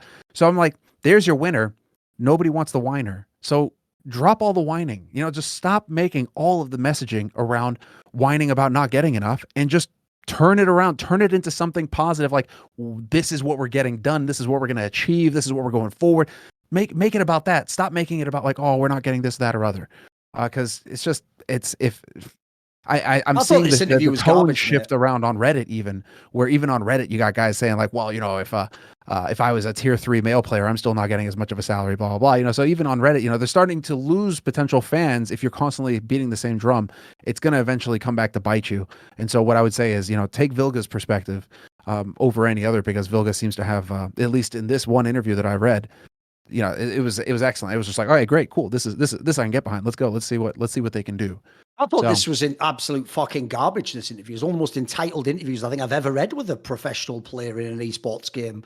Like, first of all, remember, always on Reddit, people always said, I know a player who isn't even pro who beat this girls' team in a match, so why do they get paid? The joke is, it was motherfuckers like me who explained the economics of the industry for years that it's not even taken out the same pool. That money wouldn't go to your friend who's a semi-pro player. Therefore, don't worry about it. That's why the whole thing, to rewind to the end of 2021, it was so infuriating, is that the entire concept is, because of men and things men do and say and how they play, we have to create an isolated, safe area for women to compete in. That is what will make them better at CSGO. You know how I know that was the position? Because that was Semler's point, that he doesn't think making them their own league makes them better at the game. As this interview implies, he thinks playing continuously as much as possible against good men is what levels you up, because, spoiler it, remove the men part, it's just against better players. Playing against better players in theory makes your practice easier and more efficient, doesn't it? Because you're not having an easy win where you don't know if that works. You're not having a game where it's like, well, they're just not on our level, they don't understand the method. You're not having any of that, right? So the problem is, as usual, people want to have their cake and eat it. So which is it? Do you need to have this league with all this money given by Intel because this is going to be a safe area for women to compete in? If so, you've got it. Enjoy. Let me know when you're really good, because I don't need to care about it. I'm not obligated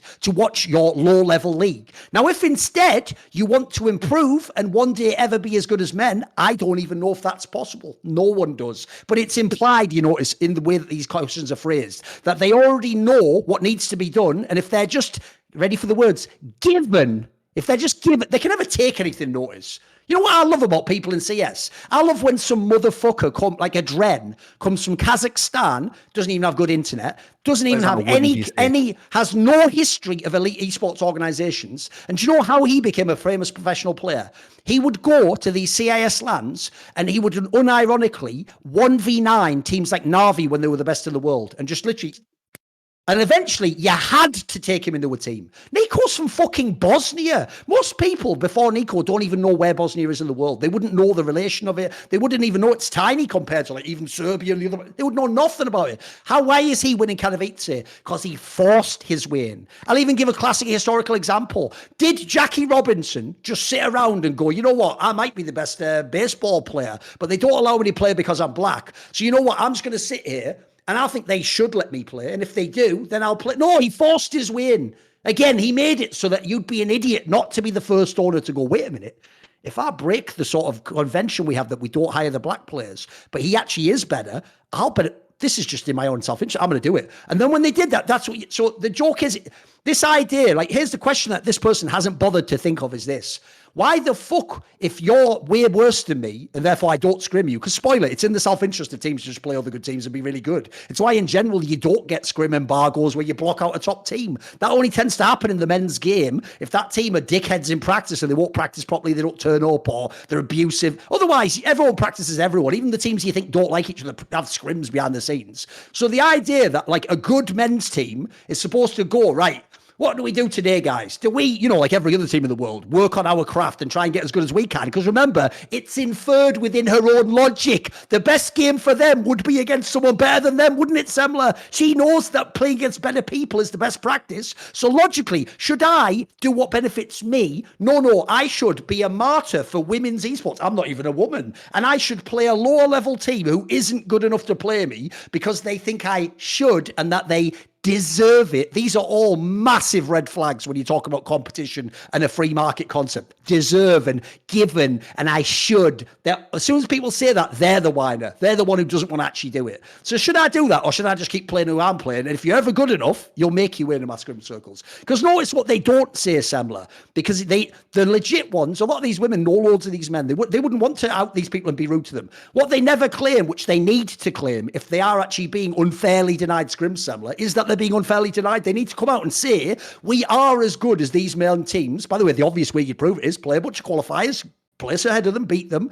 But in scrims, they won't give us any because they're all sexists and they don't want to play girls and they refuse to let women in the survey. If you did that, by the way, that's a story I'm interested in. I would even want to know who are these people who don't allow you. But at the moment, all you're saying is this. I'm way worse. Why? Because all I do is play against other women. Not even true, by the way. You're just too bad in the qualifiers. Because I play against other women. How am I ever going to get better? Well, that's actually what me and Samler said all along. No, but never mind that, though. So I think that the best men should just train me to be better at the game. Why would they do that, though? Because you have to, because we're women and it's important that women are better. Like, what even is the premise of this? It's nonsense. So just bring it all the way back. I agree with her premise. I actually think the way that people improve is you play against the best opposition you can. When they beat you, you learn from the lessons and you try and level up. This is just some nonsense of, like, as you say, someone who has been given everything. Now, they've made the most of everything they've had. Some of them won all the championships. She says that she won 3 world championships. She's a top player. She's getting interviewed. She has a salary. Brilliant. But then you turn around and go, of course, the real problem is fucking Simple and Nico won't make me better. It's like, why should they? Why should they? You know, by that logic, remove sex from it. Imagine the same interview from someone on EG Black. Do you even know who EG Black is, Samler? It's one of the EG teams. You know, they have 3. I believe it's the one that has Rush and some of the other players, maybe Stanislaw, but it's not the one with like Automatic and those guys, right? On that team, imagine they just did an interview where they go, yeah, I mean, we're not bad. You know, we're able to like make it deep in qualifiers, but fucking Nico and Heroic won't come and practice us. How are we supposed to win Katowice? You'd go, who the fuck are you? Why should they?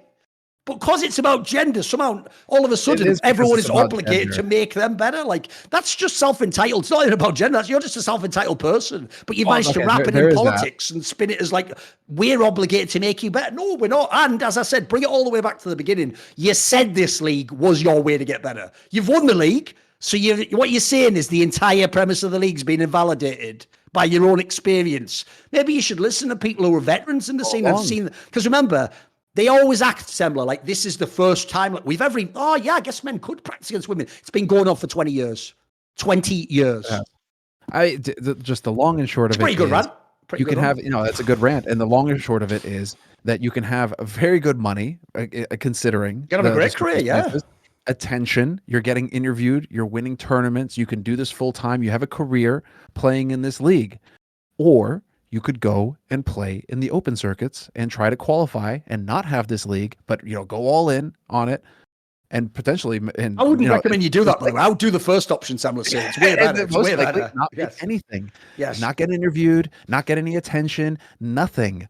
And so obviously, when you're faced with that, it's like, well, of course they want this league. Of course they want this. Of course they want the easy money. And obviously all of the incentives point towards them staying in this league and not actually competing in the mainstream, or really putting all of their effort into competing in the mainstream.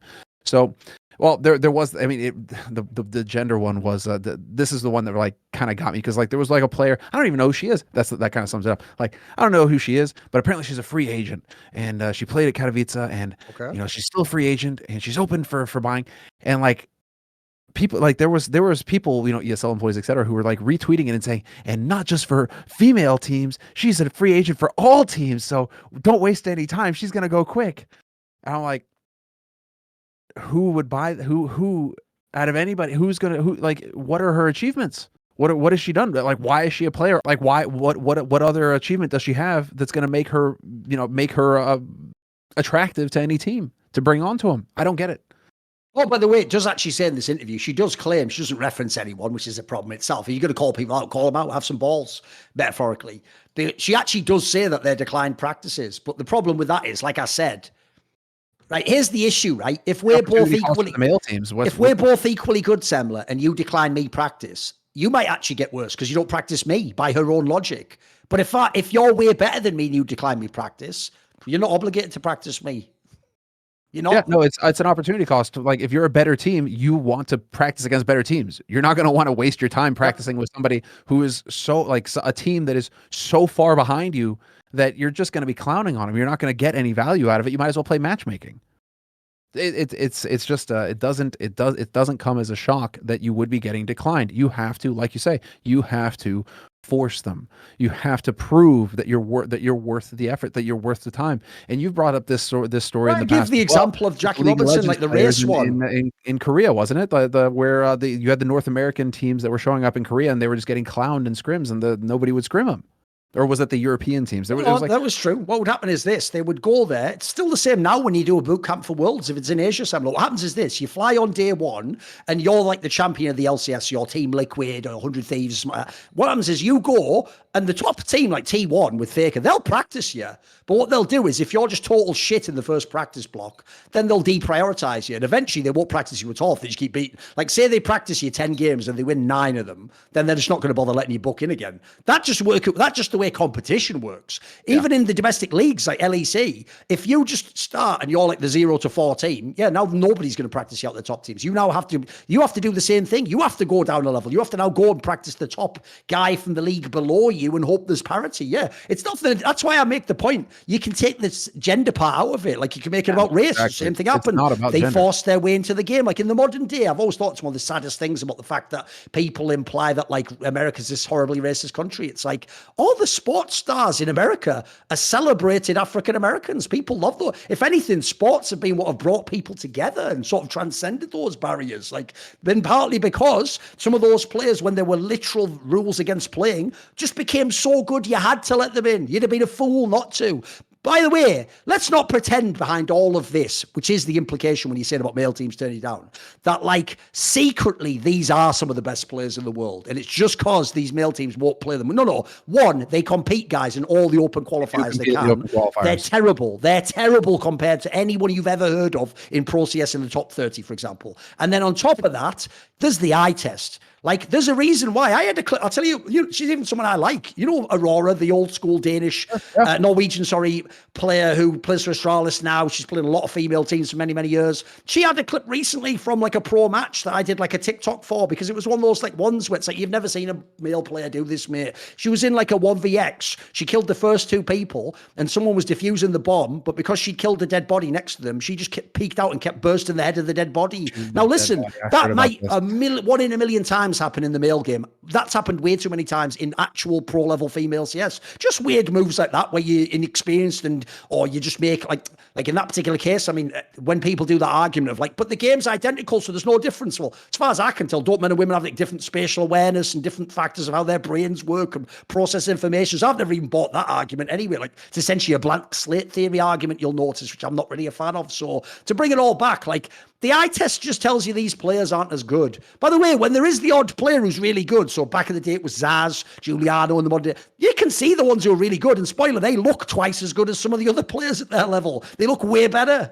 It's the reason why they dominated. And it's one of the things actually that Vilga brought up. Which I'm sure Vilga, everyone says she's the best now, right? Well, exactly. Apparently Zaz and Giuliano are coming back. And so Vilga, actually, I really like this about the Vilga interview where she was like, okay, cool. Now I'll get a chance to play him again. Because she wanted to beat him because they were so dominant, you know, that for Vilga, it was like, okay, you know, like, here's the rivalry, let's go. And so apparently that could get rekindled, and that'll be interesting to see. A little bit of something to pay attention to there. Good to see Zaz back in the mix.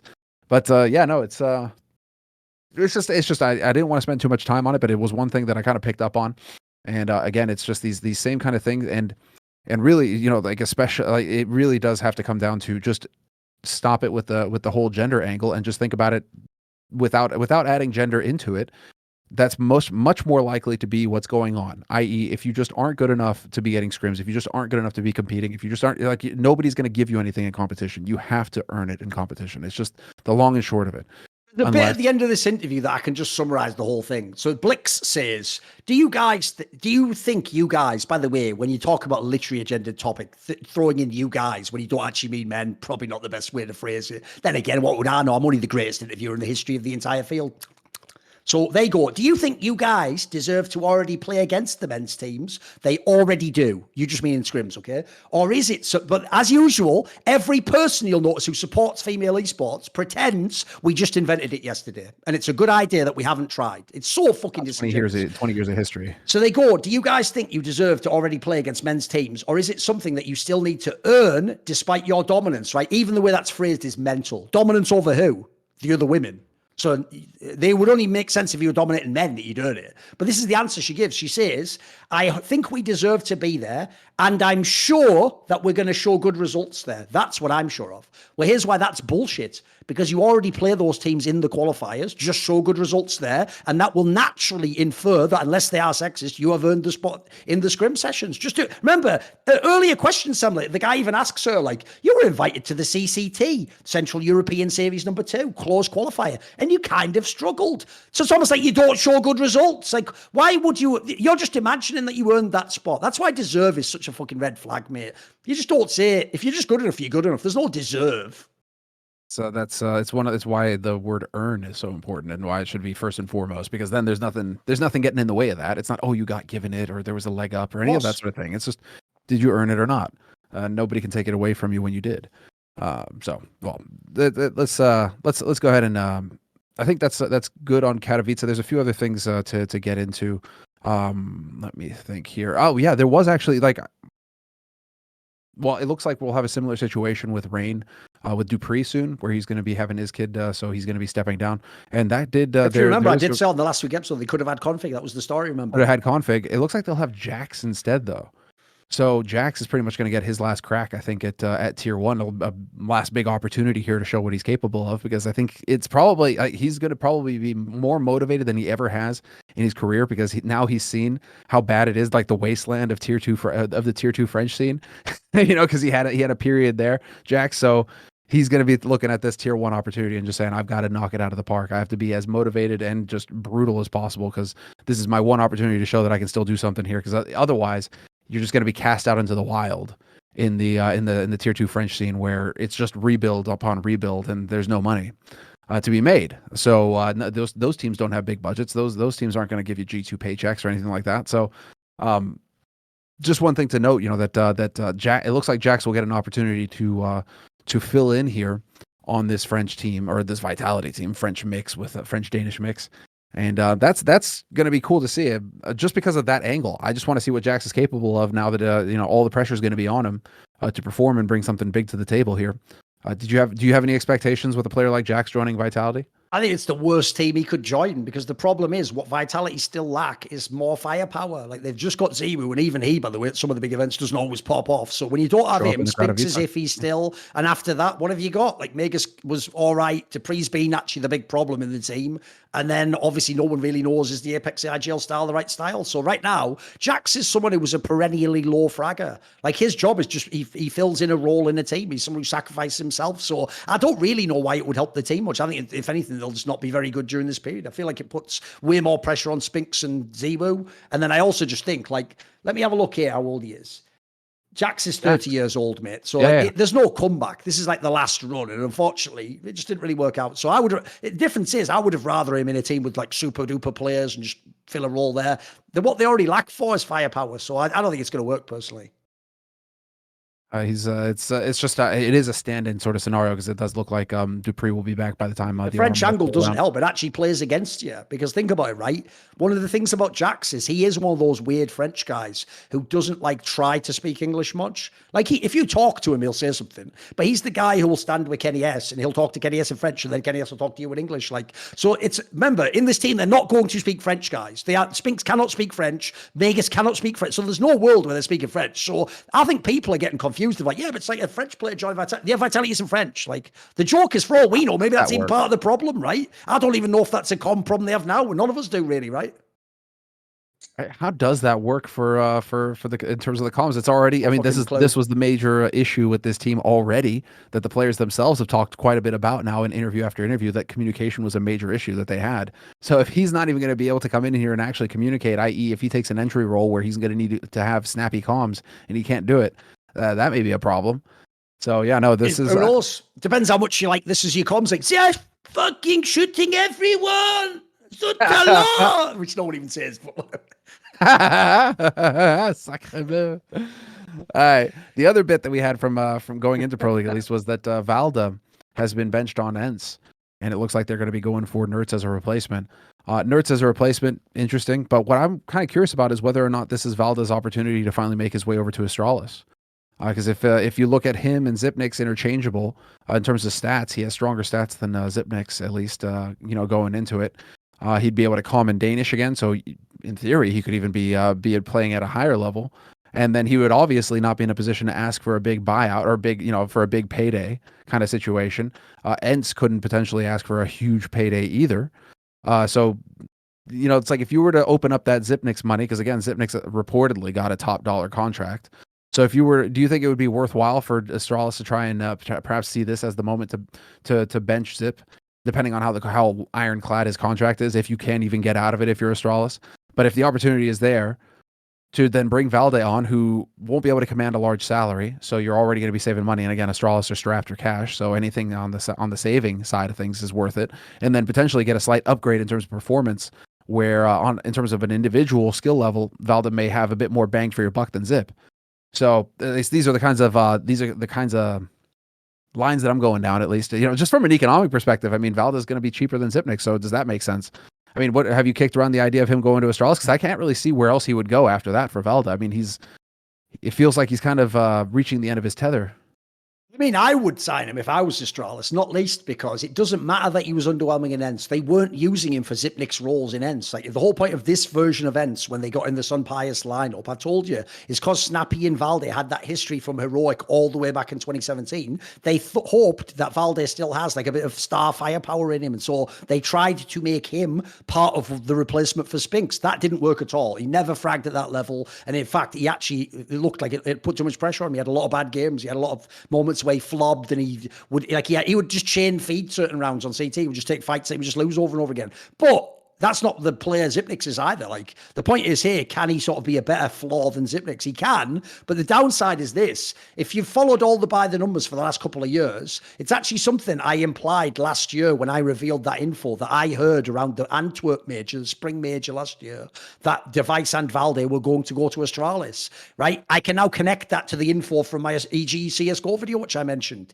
It was basically implied to me the whole reason he didn't join Astralis is because EG just fucked him around. What EG did, like a lot of players and coaches, is they promise you the world and they say, it's almost done. Yeah, well, we're really thinking you're going to be a good fit. Oh, and then you could have all this salary. Yeah, we'll pay you buyout, and you're being a good. And then what they do is last second they go, oh, sorry, we went with someone else. Yeah, we decided not to. And even though, like, look, I will say players are fools. Until someone signed on the dotted line, you're a free agent, mate. You should never be turning down other offers. But players are idiots, Samler. So I've heard a couple of years ago it was NAF. NAF could have left Team Liquid and joined EG when EG was the better team, but then that deal didn't happen last minute. Now he had to go back to Liquid, even though it was fraught time. So I've heard the same thing with Valde, that he could have joined Astralis, but then this EG offer sounded so good and all these things over here. So he waited. Maybe he said no, delayed the Astralis, and then both are gone. And he had to join Ents in the end. So, like, it implies that they did want him in the past. If you don't know, it's one of the reasons I've never been a big fan of the OG org. They don't spend money, but then they also seem to ask for enormous buyouts. Like, I don't like that. That's why they fucked their team up for 3 years, in my opinion, and zigged when they should have zagged. Like, they get Alexi B when you have no stars. Then when you have all the stars, you get rid of Alexi B and you have, like that doesn't make any sense at all. That's the opposite of team building. So I think it would be a good move. I think Astralis could afford him, like you say. I mean, there's no reason he couldn't. Like, Ents isn't going to be an enormous buyout in that sense. It's more, do they have the foresight to do it? Because quite frankly, I know now they've got Hunden in, and in theory, Hunden shouldn't want like the problems they have in the team, no matter what you think of him. The problem I have is, though, the org themselves don't give a fuck about the quality of the players. Like, I think the org themselves think it's, unless you're number one, it's more valuable to have the name Zipnik so you can pretend you're still Astralis, if you know what I mean. Exactly. If you take Zipnik's up, look, you still got Device and Glade, which is great, but it's way better to say you got 3 of the 5. I mean, remember, thank God no one's done this yet, but someone might even think to do it when they hear this. Remember, if you have 3 of the 5 players, you can use that dreaded term. We've still got the core that won all those. They can do that angle if they wanted. You can sell that. So I'd do it, but it's will Astralis have the sort of vision to do it? I don't know. I'm a bit more in the middle on that one. I could see it happening. That's the only reason they kept him on, him and Glaive. It's probably the only reason they actually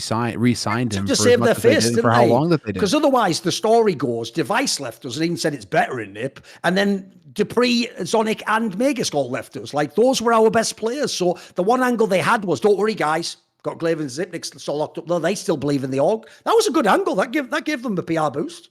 Yeah. So that's the thing. Does getting Valde onto the team and the potential boost there in terms of in-server performance outweigh the narrative boost that Zipnix gives you, the marketing boost that Zipnix gives you? Because, I think it does. Like that's the thing. Not least from your perspective, you think getting Valde outweighs having Zipnix? Mate, you don't make any fucking money off having fans in CSGO. Like, that's the biggest myth of all time. Like, spoiler, every idiot told me I was wrong. You just lose money if you're Imperial playing Fallen's contract. You don't make millions from selling a t-shirt. You don't make millions from people coming to the event. In Astralis, you don't even make money off your stock. Like, the only money in theory is be one of the biggest teams and sell the sponsorship. So I don't know. Like, you can get some sponsorships with legendary players, but I would rather just try and be number one in the game and then get everything that comes with that. Okay, so I mean, that's the worst part. The whole thing to begin with. Dude, they still have Device, they still have Glaive, they have Blame, they have some good players. Like, I would just pivot immediately, but they obviously haven't for the last year, so they obviously have a different vision than I do for the game. Question of whether or not they're going to actually be able to, like, this is why I brought up, like, what does Zipnix's contract look like? Is it possible to make a change, or like what would be the circumstances necessary? Is there a buyout fee? Is there like what because Zip was probably in a position when he was doing those negotiations to really get like a rock solid contract going, where maybe they have to pay him depending on how early the contract is. I mean, there could be all sorts of stuff in there. So I'll be very curious to see how this plays out, whether or not Valde is going to get his crack at Astralis, and whether or not Astralis actually pull the trigger on it. That'll be really interesting to see. I mean, that's like, there's some other stuff to go into. Like the ESIC one was kind of for the memes, where they bring in GGBet as their partner I think I have an angle you wouldn't expect on that. Okay. So you ready? Because hold on. Let me give you, like, this was a great TLDR that kind of wrapped up the whole GGBet saga, right? And this was by a guy named Valde. So this is just a TLDR. GGBet was the betting site that the M249 bet was placed on. The M249 buy happened from a team that is sponsored by GGBet, and the owner of GGBet has ownership of that team, Navi. The guy who placed the bet was a GGBet partner. So already got all sorts of red flags of like, okay, of interest. This is definitely a bit of a shit show. Also, in tournaments after that, I remember because we did a watch party together where we were watching. It's like, oh, they bought another Negev. Why did they buy like another Negev? It's like you're buying Negevs and dropping them, and you're like, what the hell's going on here?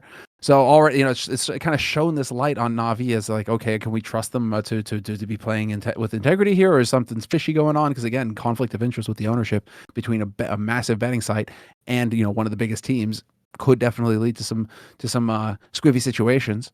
So this was the big announcement from ESIC. The Esports Integrity Commission is proud to announce a 3-year partnership with GGBet as its anti-corruption education partner. As part of this partnership, GGBet will support ESIC in producing its anti-corruption tutorial. So again, that kind of paints the picture for why everybody was just like, is this for real? Because GGBet at least seemed not to have the squeaky clean history. So now that we've painted that picture, I'm curious to hear what is your take on this? The main problem ESIC has is they are a paper tiger. They have no jurisdiction anywhere in the world unless you agree that they have jurisdiction over you. So the only people, Semler, that they can actually do anything about are people who agree to partner with them. So even though I agree, it's an insane conflict of interest to work with these betting companies when you then could obviously, like you have done with people like ESL, turn a blind eye to things they are doing that is fucked up. Like you get them to agree, CSPPA did, remember, like this games will not go past 12 local, and then they go past 12 local every time, and you go, well, sorry, and then people go, what the fuck? Well, it's worse than that if it's an org that didn't do an agreement with the assembler. Like if you go to Blast and you don't have an agreement, you go, hey, you can't do that. They go, of course I can, shut up, right? End of convo. The only way you get a say is if they partner with you. And even then, notice the power dynamic. The say is from the side that you're trying to police. Because if they decide you are asking too much of them, they're going to stop partnering with you. So the joke is, this just exposes that ESIC isn't anything. It's nothing. It's not a fucking committee that can do anything. It has no power, and the only way it can get attention and funding is by agreeing to police the very people they are supposed to police But obviously, it's implied you won't go too hard. Now, the other part is, in a utopian ideal world, also, you would want the betting company to go with you and go, yes, we agree, we'll help show what anti-corruption is, and we're going to be the legit bet. Yeah, that'd be great. It's just I'm not naive enough to believe that is the point of doing this. Like, the point of doing this, if you GGBet, like you're saying, is you just get the seal of approval from ESIC that you're the most legit people. Just like when famously CSPPA immediately announced that deal with ESL that they said was like historic and groundbreaking, but what did it actually accomplish? Nothing, as far as I can tell. It's just that you got a bit of free PR for your ESL, which is what you were paying for, in my opinion, in the first place. So I agree, it is sinister, but the fucked up thing is, it's actually a flaw in their business model. The only way they have any power is if someone agrees you can sort of be the boss over me, but not really, you know. 100 of them have shown that, mate. They've exposed the whole thing. Yeah, that's, I don't think Peacemaker. that I mean, this is probably the only way for them to still be able to keep the doors open. But then again, it's a question of whether or not, you know, it's like, are you actually getting any kind of monetary deals out of this? Any kind of money, any kind of cash? I think so, because let's be real, the one thing the betting companies have is loads of money. You think they'd at least be giving you some money.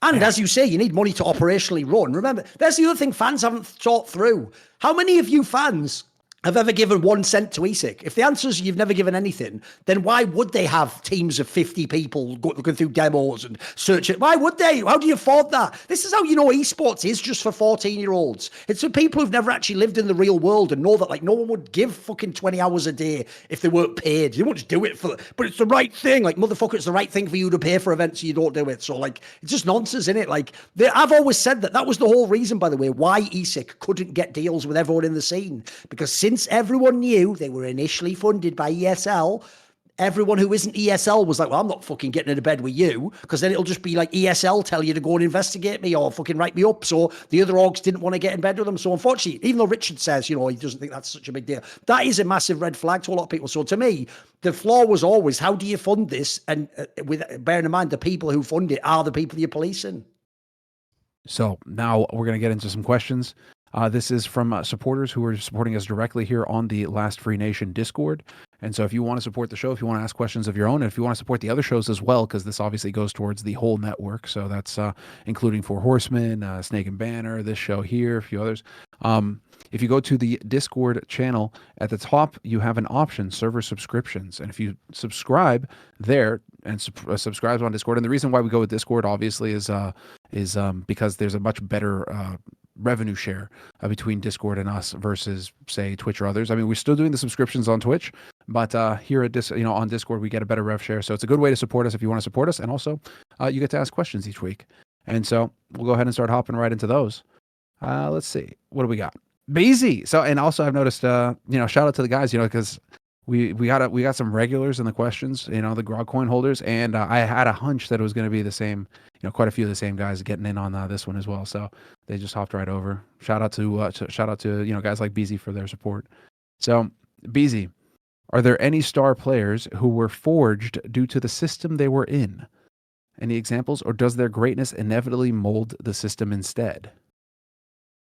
I mean, the problem with that is I feel like he's just gotten completely lost in the terminology, because the whole point, if calling someone a player from a system, is the idea they weren't a truly great player and it was in the system. Like, if people don't know, back in the day, it's going to seem mad now, but originally that was the narrative around Tom Brady, because Tom Brady, first 3 rings, came from the team being amazing at defense, which he doesn't play on, and having the best coach who actually allegedly cheated and caught like the play calls of the other teams in the Super Bowl. Like, that's a real thing. So at the time, what people used to say was, even though he's the one with the rings, he is a system quarterback. He just was a game manager. It wasn't a guy who threw the ball tons and tons and tons. But later in his career, without like the same, I mean, he still had amazing defense, the same coach, but he later showed he was an incredibly, really good quarterback as well. So what I would say with that is, I just think what he means is there maybe like a star player who like maybe got good quicker than they would have because they were in a certain system, right?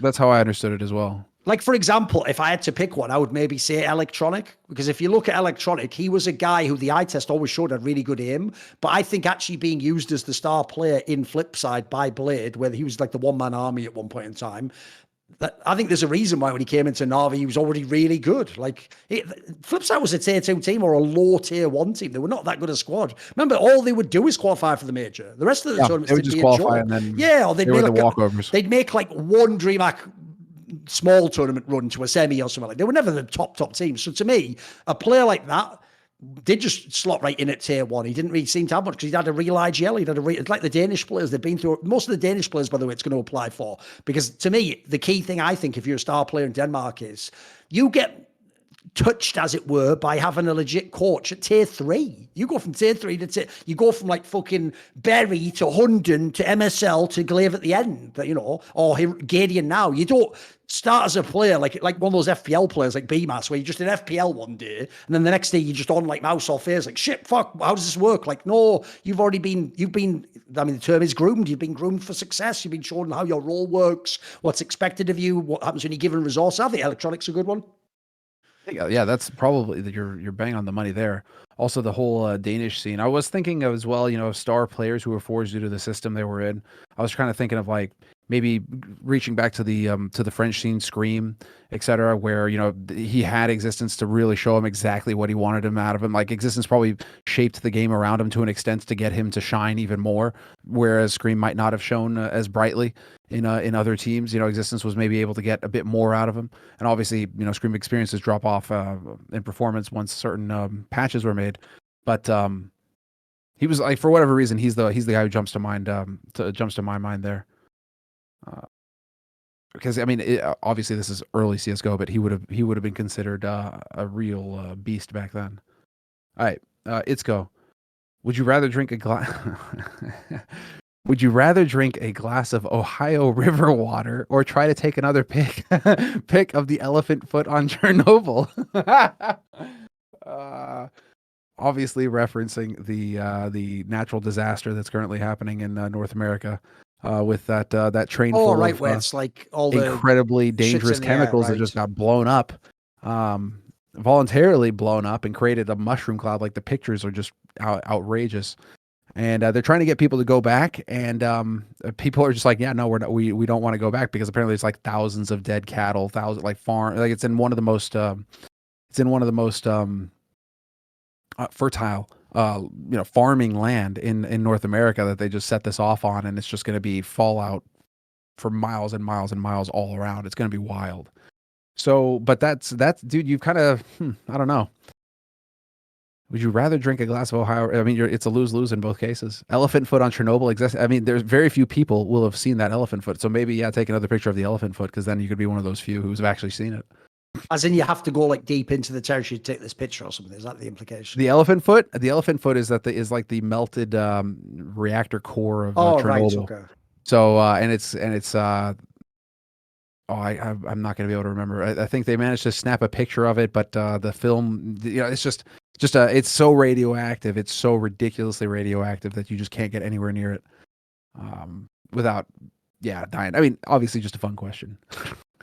Would I rather drink? I mean, I think, yeah, you have to go for the elephant foot, just because anybody can drink a glass out of the Ohio River at this point, but not everybody's going to get to see the elephant foot. So go for the elephant foot. It'll be more novel.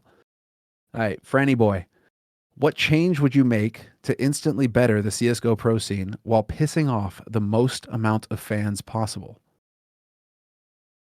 So I'm supposed to intentionally piss fans off with one change.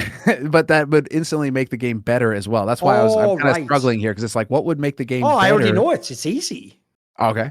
I mean, I'm the only one who has this opinion. You can go watch on my channel. There's a clip of, it wasn't on my channel, the one where I was arguing with you and Lurpus and Pimp, and I 1v3 all you motherfuckers on Snipe. I think the AWP should be powered up.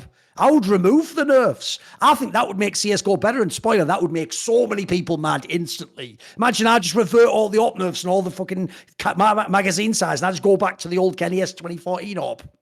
Yes, motherfucker. Kenny would like Kenny, JW, like they would have some words. They would do it tomorrow. They would want their career back. They'd be like, can we go back to 2014 now and let me reach peaks again? Never yet reached by human hands. Dude, okay. Yeah.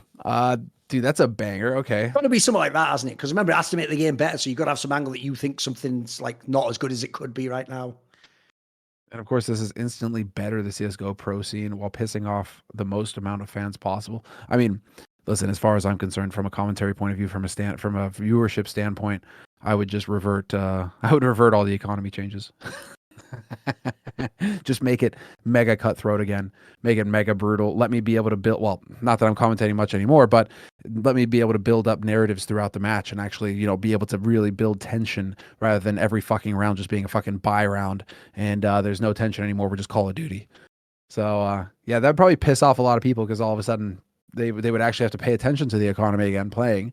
But I think it would make the CS Pro scene better because it'd just make for more entertaining matches, brutal matches. All right, and from a commentary perspective, just more exciting to build a narrative in. All right, ABK, when you first entered esports, what was your approach to working with more experienced people in the same field? Approaches to learning, networking, and communication. And a follow-up question, now that you have gained a lot of experience in esports, how would you prefer new up-and-coming individuals to the scene behave when interacting with you? Well, obviously, I want all newcomers to prostrate themselves and call me Effendi, and just they have to ramp. No, obvious joke. When you first enter, I mean, dude, it was all about finding the best commentators. For me, it was listening to Tastosis back then, listening to how they handled their casting. It was Joe Miller and James. Too good, and it was Tastosis. Those were the two commentary pairs that I listened to, and then basically just listen to everything, watch everything, take notes, figure out what works, what makes them like what they're doing well, and emulate that while obviously leaning into your own stuff. Still want to be natural. You don't want to force everything, but there's certain things that that they do that works and that you need to pay attention to, and they work for a reason. And then if anything, you can talk to, and when you're talking to more people, you don't say like, oh, this is how I do things. It's like, how do you do things, and what do you think I could do better? It's never it's never coming from you. It's always like, or if you're willing to help me and have this conversation with me, sweet. Like give me your knowledge, share whatever you can. It's not, I don't want to hear anything about, like, I never talked about like what I was doing. It was always just like, okay, what did you think I did? What did you think I fucked up? And like, what do you like, like, can you give me any knowledge here? Cause just be open to anything. Be humble. Cause you're starting out, you got nothing. What do you think? On the part about like, what did I do? That doesn't even work. I always tell people this, like, y'all have the game on fucking easy mode. There are a billion jobs. You can start some of them for free. Some you need no skills for. You can already get famous on YouTube, Twitter, Medium, Reddit, like every fucking Twitter. There's a billion angles. It's just you don't start. You sit and ask shit questions like this. Well, what you really want is me to go, well, what I actually did, I'll reveal it at this one time, is you go to this place in the woods, and at the base of a tree, there's a little walk. You open the box, there's an amulet. It makes you really sick at stuff. That's what we all did. It wasn't hard work, diligence, be respectful, none of that stuff. So first of all, there wasn't any. Like, the OGs I worked with is because I forced my way in the scene, was so good, it provided so much value, they wanted to work with me. I didn't go to someone and go, please help me. I wasn't like 23 there, like, you have to help me because I need to get better and I could be really good and it's up to you to make me good. No, I never did that. In fact, don't do that. Do the opposite of that. Because one thing I would say is, and one thing I can give you advice is, if you're trying to get the attention of people who are better than you and are more OG, which is, first of all, be ultimately respectful, 100%. Like, if you come in and you decide, before I even know who you are, that you're my equal, you're equally as good as me, and no one's better than anyone, well, then why the fuck would I waste my time talking to you? Like, if you want me to spend my time with you, someone I don't know, you better be really respectful right out the gate and show a bit of reverence and show that you understand the space and what I've done in the space, and that we aren't just two people having a chat in a bar. Like, I'm giving you my time if we talk. So be respectful. 2, provide value. Like, if you don't have any value to add, by the way, don't even fucking contact me. Why would you waste my time? Why am I obligated to help you? Nobody. Just a fucking guy. Because you rolled out of someone's womb, I have to help you get good at it. No. And I never expected that of anyone else. So provide some value. Like, for example, do a really great piece of content that I get interested in. Maybe then, I didn't know this player was that good. I might reference you. I might work with you. So provide value. It just essentially encourage the person's self-interest. Then I'd also say, don't ever waste anyone's time. Like, don't come in on your third piece and go, hey, could you give me like some feedback on how? No, because you can't give anyone feedback on their third written piece that would make them really good. You have to try about 100 times before you even get your style. Like, you're just wasting someone's time when you do that. I always give this analogy. It's like calling up Jimmy Page and going, hey, Jimmy, I'm having problems on the second page of the guitar book. It's like, oh, can I help you? Just fucking learn the notes. You can't. Like, I can't help you. I can't tell you, when you haven't even learned the basic songs, how to play like the fucking Black Dog solo, can I? Because you're not on that level. So don't ever waste people's time. So yeah, there's some pretty good advice, I think. That is, yeah, that's a banger right there. Good. Because I've dealt with billions of those people trying to come in the spaces. And I've always said this. It's a rule, Semler, that when you know, you'll never waste your time helping losers again. Right? You know, all those people in the scene I helped in League of Legends, CSGO, Stack, all these people I helped become like broadcast talent, journalists, other content creators. Not a single one of them, Semler, ever just contacted me blindly and said, like, hey, help me like that. I picked them out. I saw them doing stuff on their own from their own initiative. And I said, this person, right? Everyone who did send me those emails, Semler, you don't know, like, I'm really dedicated. I'm going to become someone. I just need your help. Not a single one of them ever became a famous person in esports in 22 years in the industry. Not a single one ever. I've had hundreds of thousands, not 100,000 too many. I've had thousands of people send me messages. Please do an interview with me. Read this piece I've done. None of them ever became a famous esports journalist. Genuinely.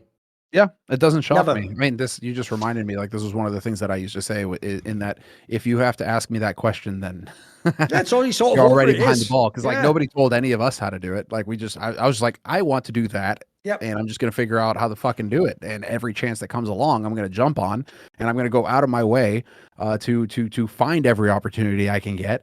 And it's just everything. It's just what you do. It wasn't, there wasn't anybody to ask. It was just do it.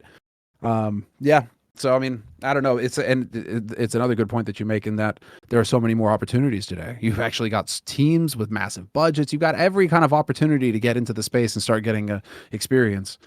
Just get after it if it's what you want to do. All right, Tasty AMG. Given that we have somewhat recently seen changes to the major qualification system, what do you think it will take for the major format itself to change to something like GSL groups with a double elim bracket stage? The problem is every TO lies and says that Valve decides everything. But every time Richard looked into it, he found that every time Valve does decide, but there's some wiggle room. Like, for example, as far as I know, based on what Richard's told me in his work, every time they did change the format, so for ESL Cologne, if you remember, they brought in like Swiss System as like the fucking qualifier. Then eventually for Atlanta onwards, Swiss System became instead of the GSL groups. So when they've done all these changes, it is because a TO says, I want to change like this. The problem is, thus far, you will notice the one change that has never occurred is double elim in the playoffs. So it does seem like there are certain things Valve doesn't want, and that seems expressly to be one of them for whatever reason. Speculate whatever you want. In terms of GSL groups, I think you could get that change if you wanted. I think if you just went to them and you were Blast or whoever the next one running a majors, and you just said, for my major, I want to tweak the group stage to be a GSL group, I think they'd let you do it. I think it just sounds like playoffs double elim is what they're not up for. It sounds like they'll do a lot of other things if you just make it part of your bid, Maybe they even would go for it. I mean, then you just have to absorb the cost. Maybe if you're the one who's saying like, we'll absorb the cost, because that's going to, like, the playoff double elim means that you're going to have to add time to the broadcast, which is going to end up costing you money. So that's probably the bigger issue, or one of the bigger issues, i.e. somebody's going to have to foot the bill, and whether it's the TO or whether it's Valve, somebody has to justify that spend. That's going to be an issue for them. Absolutely. Shit, there was something, it escaped me. Maybe it'll come back to me later. All right, Snake Gold. Oh no, it was petty. It was like a petty grievance thing, actually, because that is one of those things where you remember when it came to the stabbies when it came to why Antwerp fell through, and so I said publicly that I wouldn't work with Valve and PGL. So that's what just rung that bell there for a second, is that apparently I was lied to by somebody at PGL, and that Valve apparently were not enforcing anything. So PGL apparently claimed that it was Valve that were enforcing for PR reasons, presumably. Yeah, right. And it turns out that wasn't the case at all, and that it was only coming from PGL. And so that was one of those things where I was just like, yeah, it is the TO deciding. Sure. At least personally in that sort of scenario. Interesting little tidbit there. Snake Gold. What's one CSGO statistic that is really misleading without context?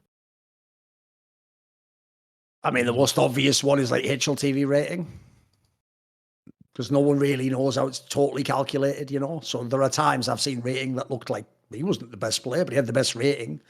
The other one is, I mean, I'll actually do a video on this. The other one is just the raw scoreline of the game. Yeah.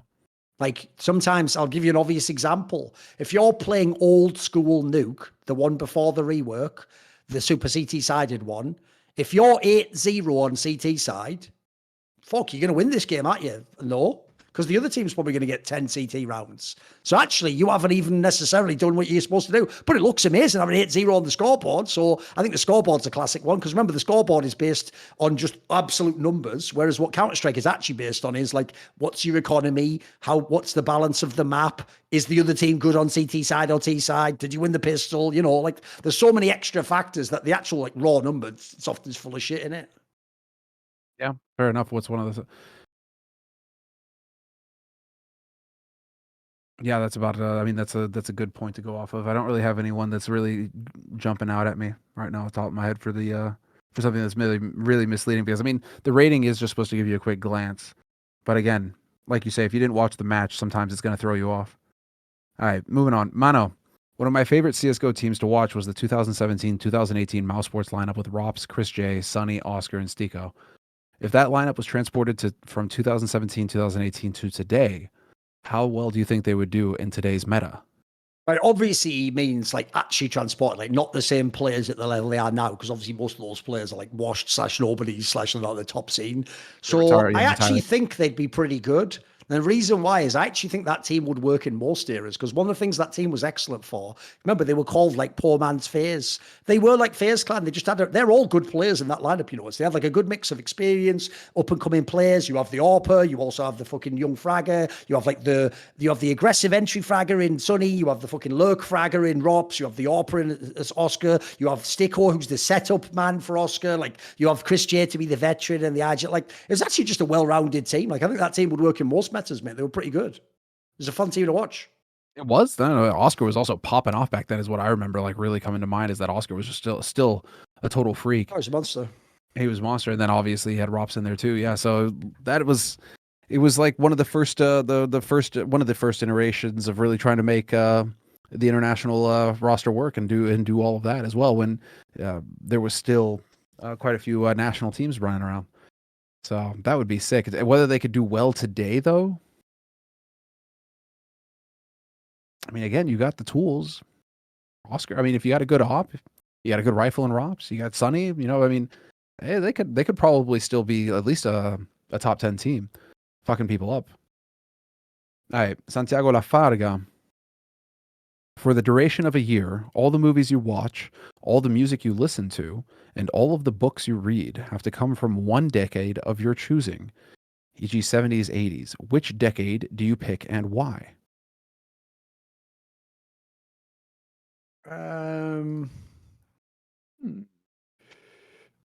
Let me think.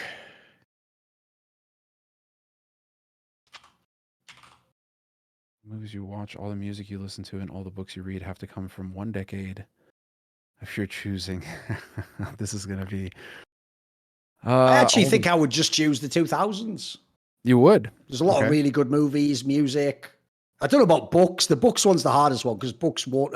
Like, think about those mediums didn't all exist parallel. Like, the best books probably are from, like, the first half of the 20th century, so it's not going to be movies and shit at the same level. So I would just say, if we're going for movies and music, I'd go 2000s. I think it's some bangers then. Oh, yeah, no, and again, this is just for the duration of a year.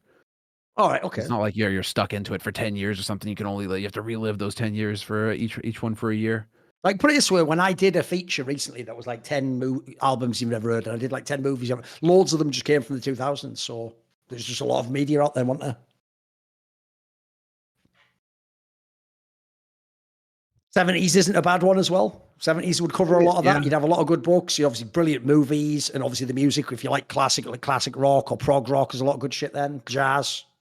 The only issue is that, like, for me, it's mainly the books that I'm interested in. But then at the same time, the books, they're available today, so you kind of drop off a little bit on the books, because, I mean, unless you shoot before the time, but like all of the books that I would want right now, I think are still for the most part available. So I wouldn't be able to go off of books. So then books haven't really popped off either. Like, that's the thing. Like, you could pick any era of books, and there'll be loads of great books there. There's so many, aren't there? It's more like one specific period of time that you would want to study, I think, for the books. But then again, then you'd be that decade. But then those books, I don't know, you have to read come from one decade. So they all have to come from that one decade. You wouldn't be able to say like, oh, okay, I can read, I'm in the 70s, but I can read books from the 30s. That's pretty fun. I mean, actually, that's pretty cool. So 2000s, yeah, that works. Obviously, from music perspective, yeah, I would probably actually go back to like from a music perspective, maybe the 90s. The 90s, early 2000s. Shit, man, you're onto it, right? The early 2000s, that was when there was like like all of the house music was starting to really kick off. You had some. That's why I excellent think of it, house- because that's when electronic music blossomed. Yeah. Because everyone then, remember, it went from analog gear that used to cost like $2,000 for like the synthesizer to like a plug-in that everyone could pirate, and then everyone in their bedroom made all that music, didn't they? All Yeah, the exactly. EDM and shit all came out, drum and bass, everything went mental. Giovanni Giorgio. You could do, yeah. I mean, like go into the 90s for the 90s. I'll take 90s for the music, just to, like the really early on, and then go from there. 90s for the books probably still works, and movies, yeah. I'll just go with the 90s on that one. All right, who's your favorite? Who's your favorite porn star? Architect of Korean esports based Joe. Get the fuck out of here. Whatever one quit. There. There you go. Logically, that is my favorite one. Whichever one's quit. Yeah, there you go. Whoever One's for self-respect. Whoever stopped. The tragic thing is that I mean this is like the I know this, but the tragic thing is that you're. Yeah, even if you It's where quit, you can't put the genie damage back is in the done. bottle. Yeah, Yeah. if The you're going to genie- live you with can't put those the genie back in the experiences your bottle. whole life, you can never go back to the person you were before. That's why it's not something you undertake lightly, is it? If you do that, make sure you know what you're doing.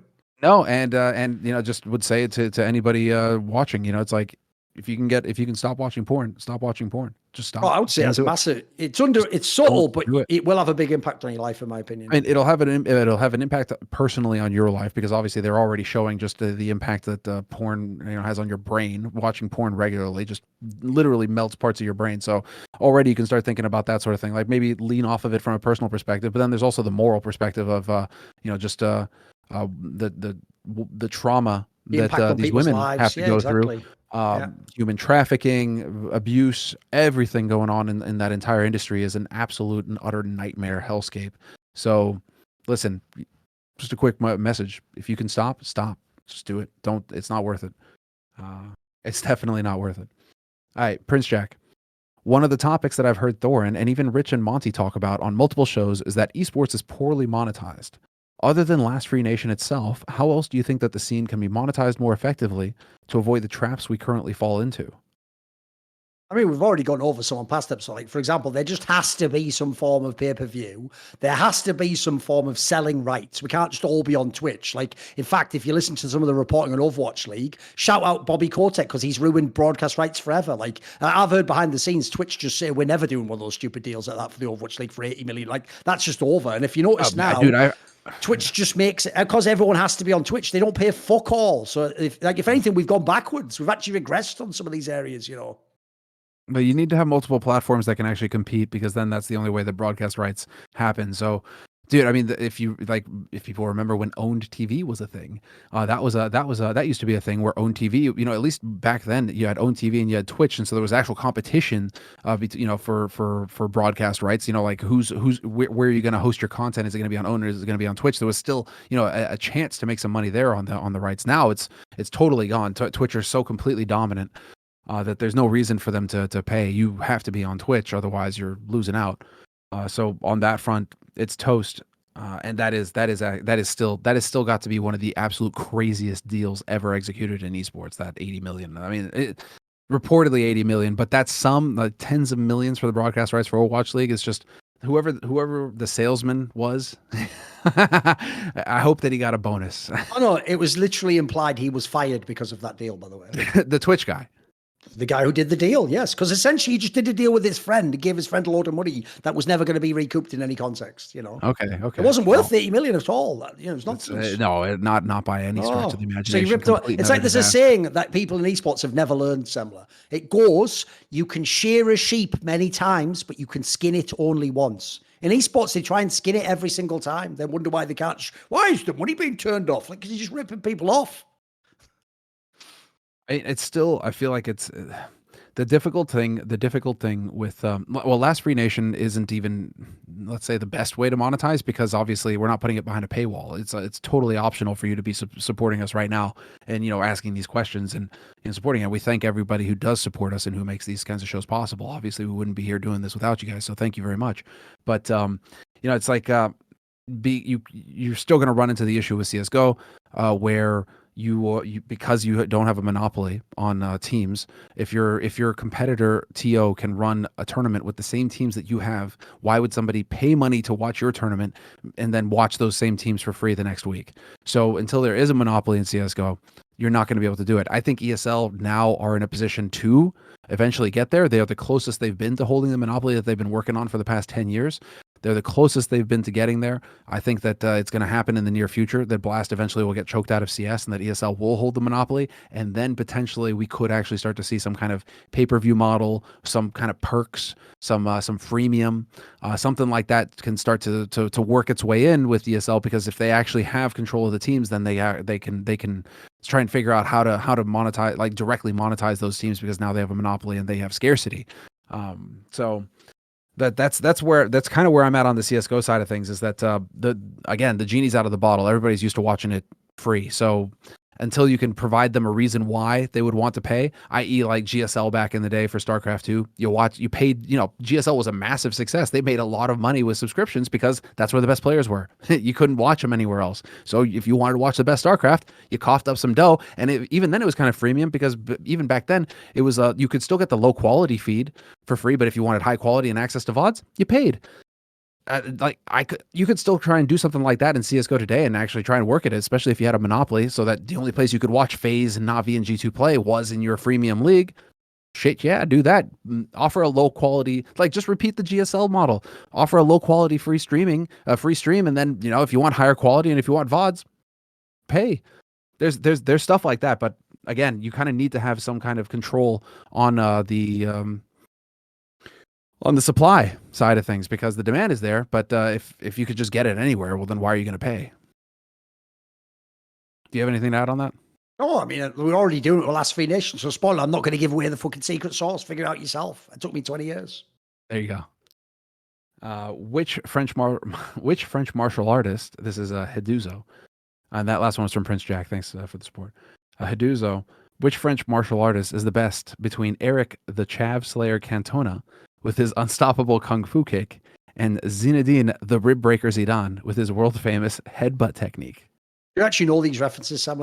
Yeah, I know Zidane. I know the Zidane one. I mean, Cantona basically was a French player who played for Man United, and in some season in the 90s, I think it was like 95 or something, a guy shouted something from the stands and he just did a flying kick on him and got banned for a year.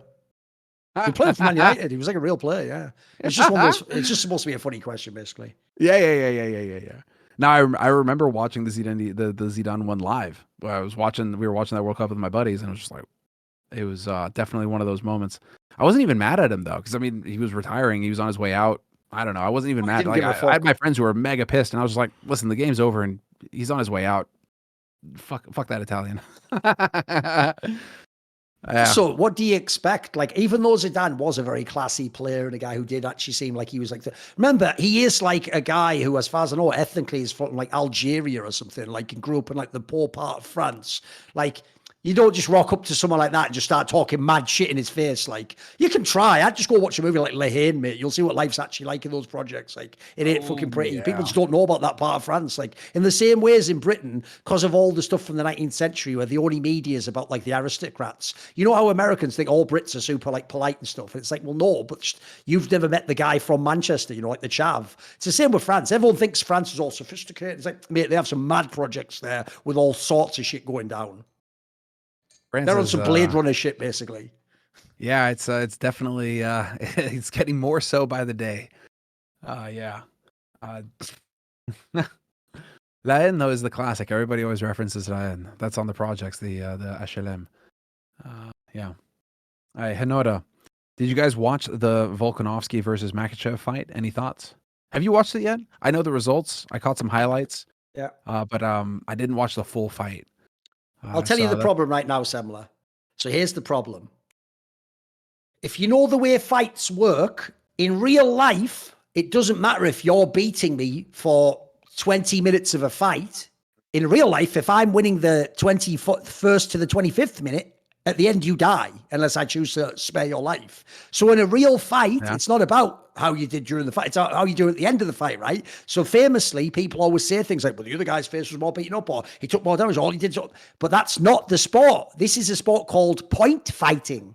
That's what UFC is. Literally, unless you finish him, the judge decides based on points, did you do enough damage, octagon control, takedowns, significant strikes, all that jazz.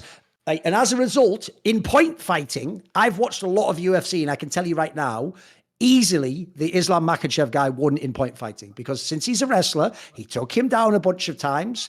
Takedowns, by the way, count just when you hit the ground. When your back hits the ground or your legs hit the ground, something, that's a takedown. And that is essentially points for you. Now, the problem with that is everyone who's watched MMA knows they count a takedown like basically even more than like a nice significant strike that like rocks someone for a second. Like that, even though in terms of damage in a fight, rocking someone's way more important. So the problem is this: if you know how the entire history of the sport has worked, point fighting is always going to benefit wrestlers who don't get the shit kicked out of them. So basically, the Islam guy did enough takedowns that by the way you score the fights, he did win. He easily won 3 rounds. You can debate, I think the Volkanovski guy won at least the last round. He maybe won 2 rounds, maybe like 3 and 5 or something. I'd have to go and look at exactly which one, or maybe it's 4 and 5. I'd have to look. But the problem is, if we're going on a holistic idea of like who looked like at the end they were the better fighter, it's probably Volkanovski. He actually was doing a better job, I think, landing meaningful strikes. He got up almost every single time he was taken down, including a couple of times immediately. And that is insane when you consider he comes from a lower weight class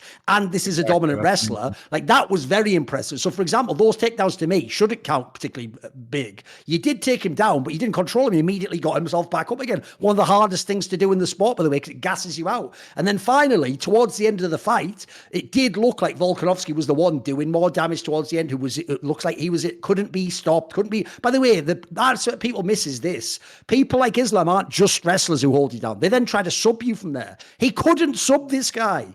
None of it worked. So it actually, the joke is, if you know, these were the 2 number 1 and number 2 pound for pound fighters on the ranking, right? And a lot of people said, right, well, since Islam won, that means he's the number 1 pound for pound.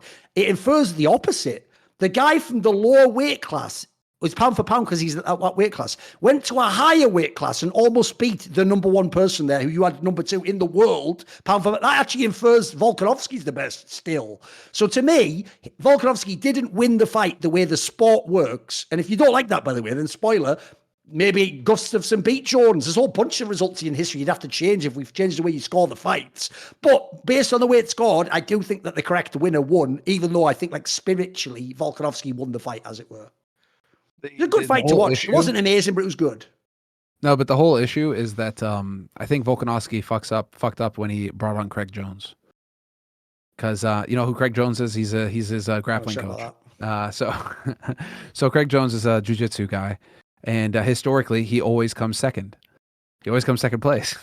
So Volkanovski, he's getting this guy to bring it to be his grappling coach, and then of course he gets second because he gets, you know, that whole curse just transfers over to him. Grappling was what led him to be it's a reach, I know, Duncan, it's a reach. Oh, it's a joke, I know. Yeah. But you know, you're saying that like, it's interesting because I was following a bit of the camp on YouTube, because this is more what I was following. I don't have my UFC subscription anymore, right? So I was following on YouTube, and Volkanovski is doing a lot of YouTube content, which is cool to see. And Craig Jones was a part of that as well, did some B Team stuff, and so some of the grapplers, Craig Jones and another guy from B Team, went over to boot camp with Volkanovski and specifically help him with his grappling, and specifically, you know, help him develop, you know, his looks great, by the way. He was really good. Like I say, someone who normally would choke you out, wreck you with the guy couldn't like advance positions on him. By the way, he even was doing shit that is next level if you're not a great wrestler and jiu-jitsu guy. Like when he would be almost, you know, when they get you like halfway between, they try and do the trip to take you down. He actually understood, by the way, really advanced shit. Like that you put your leg over to like take away their leverage. Oh, he was doing some stuff actually that if you watched the sport a long time, was very impressive for someone, because you know Volkanovski's whole shit is like being a stand-up fighter and just getting up again immediately. So that part was very impressive. That's why I say spiritually, a lot of people think he won. The problem they have then is they then just apply it. Like when he should win on the scorecards. The scorecards never work that way. The sport, it's actually one of the worst scored. If people don't know, because of boxing having the history of being rigged for so long, which is why I think they invented that point system, it's probably the worst officiated sport in the world is combat sports. You know what I mean? Like, as much as you might not like the NFL or something, they generally get most of the calls right, you know, by the book. Like, it's just the odd one. In combat sports, we've all seen it. There are results where you have one guy just convincingly beat the other one in a decision, and the loser gets his hand raised. And you can even see sometimes on their face, they're like, really? Like, they had even sort of resigned to the idea, like, oh, probably lost. Like, so it's basically a problem of, I've always thought this is the main flaw the UFC has, is even though fans will complain like this, Semler, they then turn around and act like it's a fact that that person lost the fight. Well, he did lose 2 out of his last 3. It's like, well, I thought you said you didn't agree with the way it was scored. You know, which is it? Because if you don't agree, you should sort of say, fuck the official score. That's what I do. Like, spoiler, I just say it, in my opinion, if you ever watched the first Alexander Gustafsson versus John Jones fight, I think Alexander Gustafsson won the fight. I don't care what the judge said. I am bigger than the judge, and that's in my mind. Only in my mind, obviously. Yeah, that's what happens. That's I mean, if you've thought out the system, if you have a system that you can apply over and over again, then yeah, sure. If you have a way to judge by it. Another tidbit. I mean, this is worth it. If you guys are interested in this sort of thing in the jiu-jitsu side of things, it's like I'm much more plugged into that side of things. And so B Team have been cranking out a lot of content as well. And now that you mention it, it's like I specifically remember a bunch of time where Craig Jones was literally just spending time trying to figure out how to get out of the worst situations. So just putting himself in, you know, super deep half guard, just like the worst situations that he could find himself in. And he specifically said that he was training this over and over again just to be able to transmit that to Volkanovski and say like, okay, this is what you're going to do if you get into this situation with Makhachev. This is what you're going to do, right? And so it's interesting to see from the grappling point of view, like what the strategy was going into this, and clearly the you know that worked out for Craig, and so that bodes well for Craig as a coach on the grappling side of things in MMA. So that's interesting. But yeah, that was the last question that we had for tonight. So big thank you again for all the support, guys. Everybody who's leaving comments, I'm checking out the comments, so be sure to leave comments, likes, subscribes, all of that support, and obviously, of course, a big shout out to the guys who are now subscribers on our Discord and who are supporting us there and asking questions. So if you want to ask questions, hop into the Discord, scroll to the top. You can see the subscription option there, and that will give you access to your own channels and also where you can discuss things with other subscribers and obviously questions on each show. So Duncan, thank you again for another good show, dude. And that'll be it from us tonight. We'll see you next week.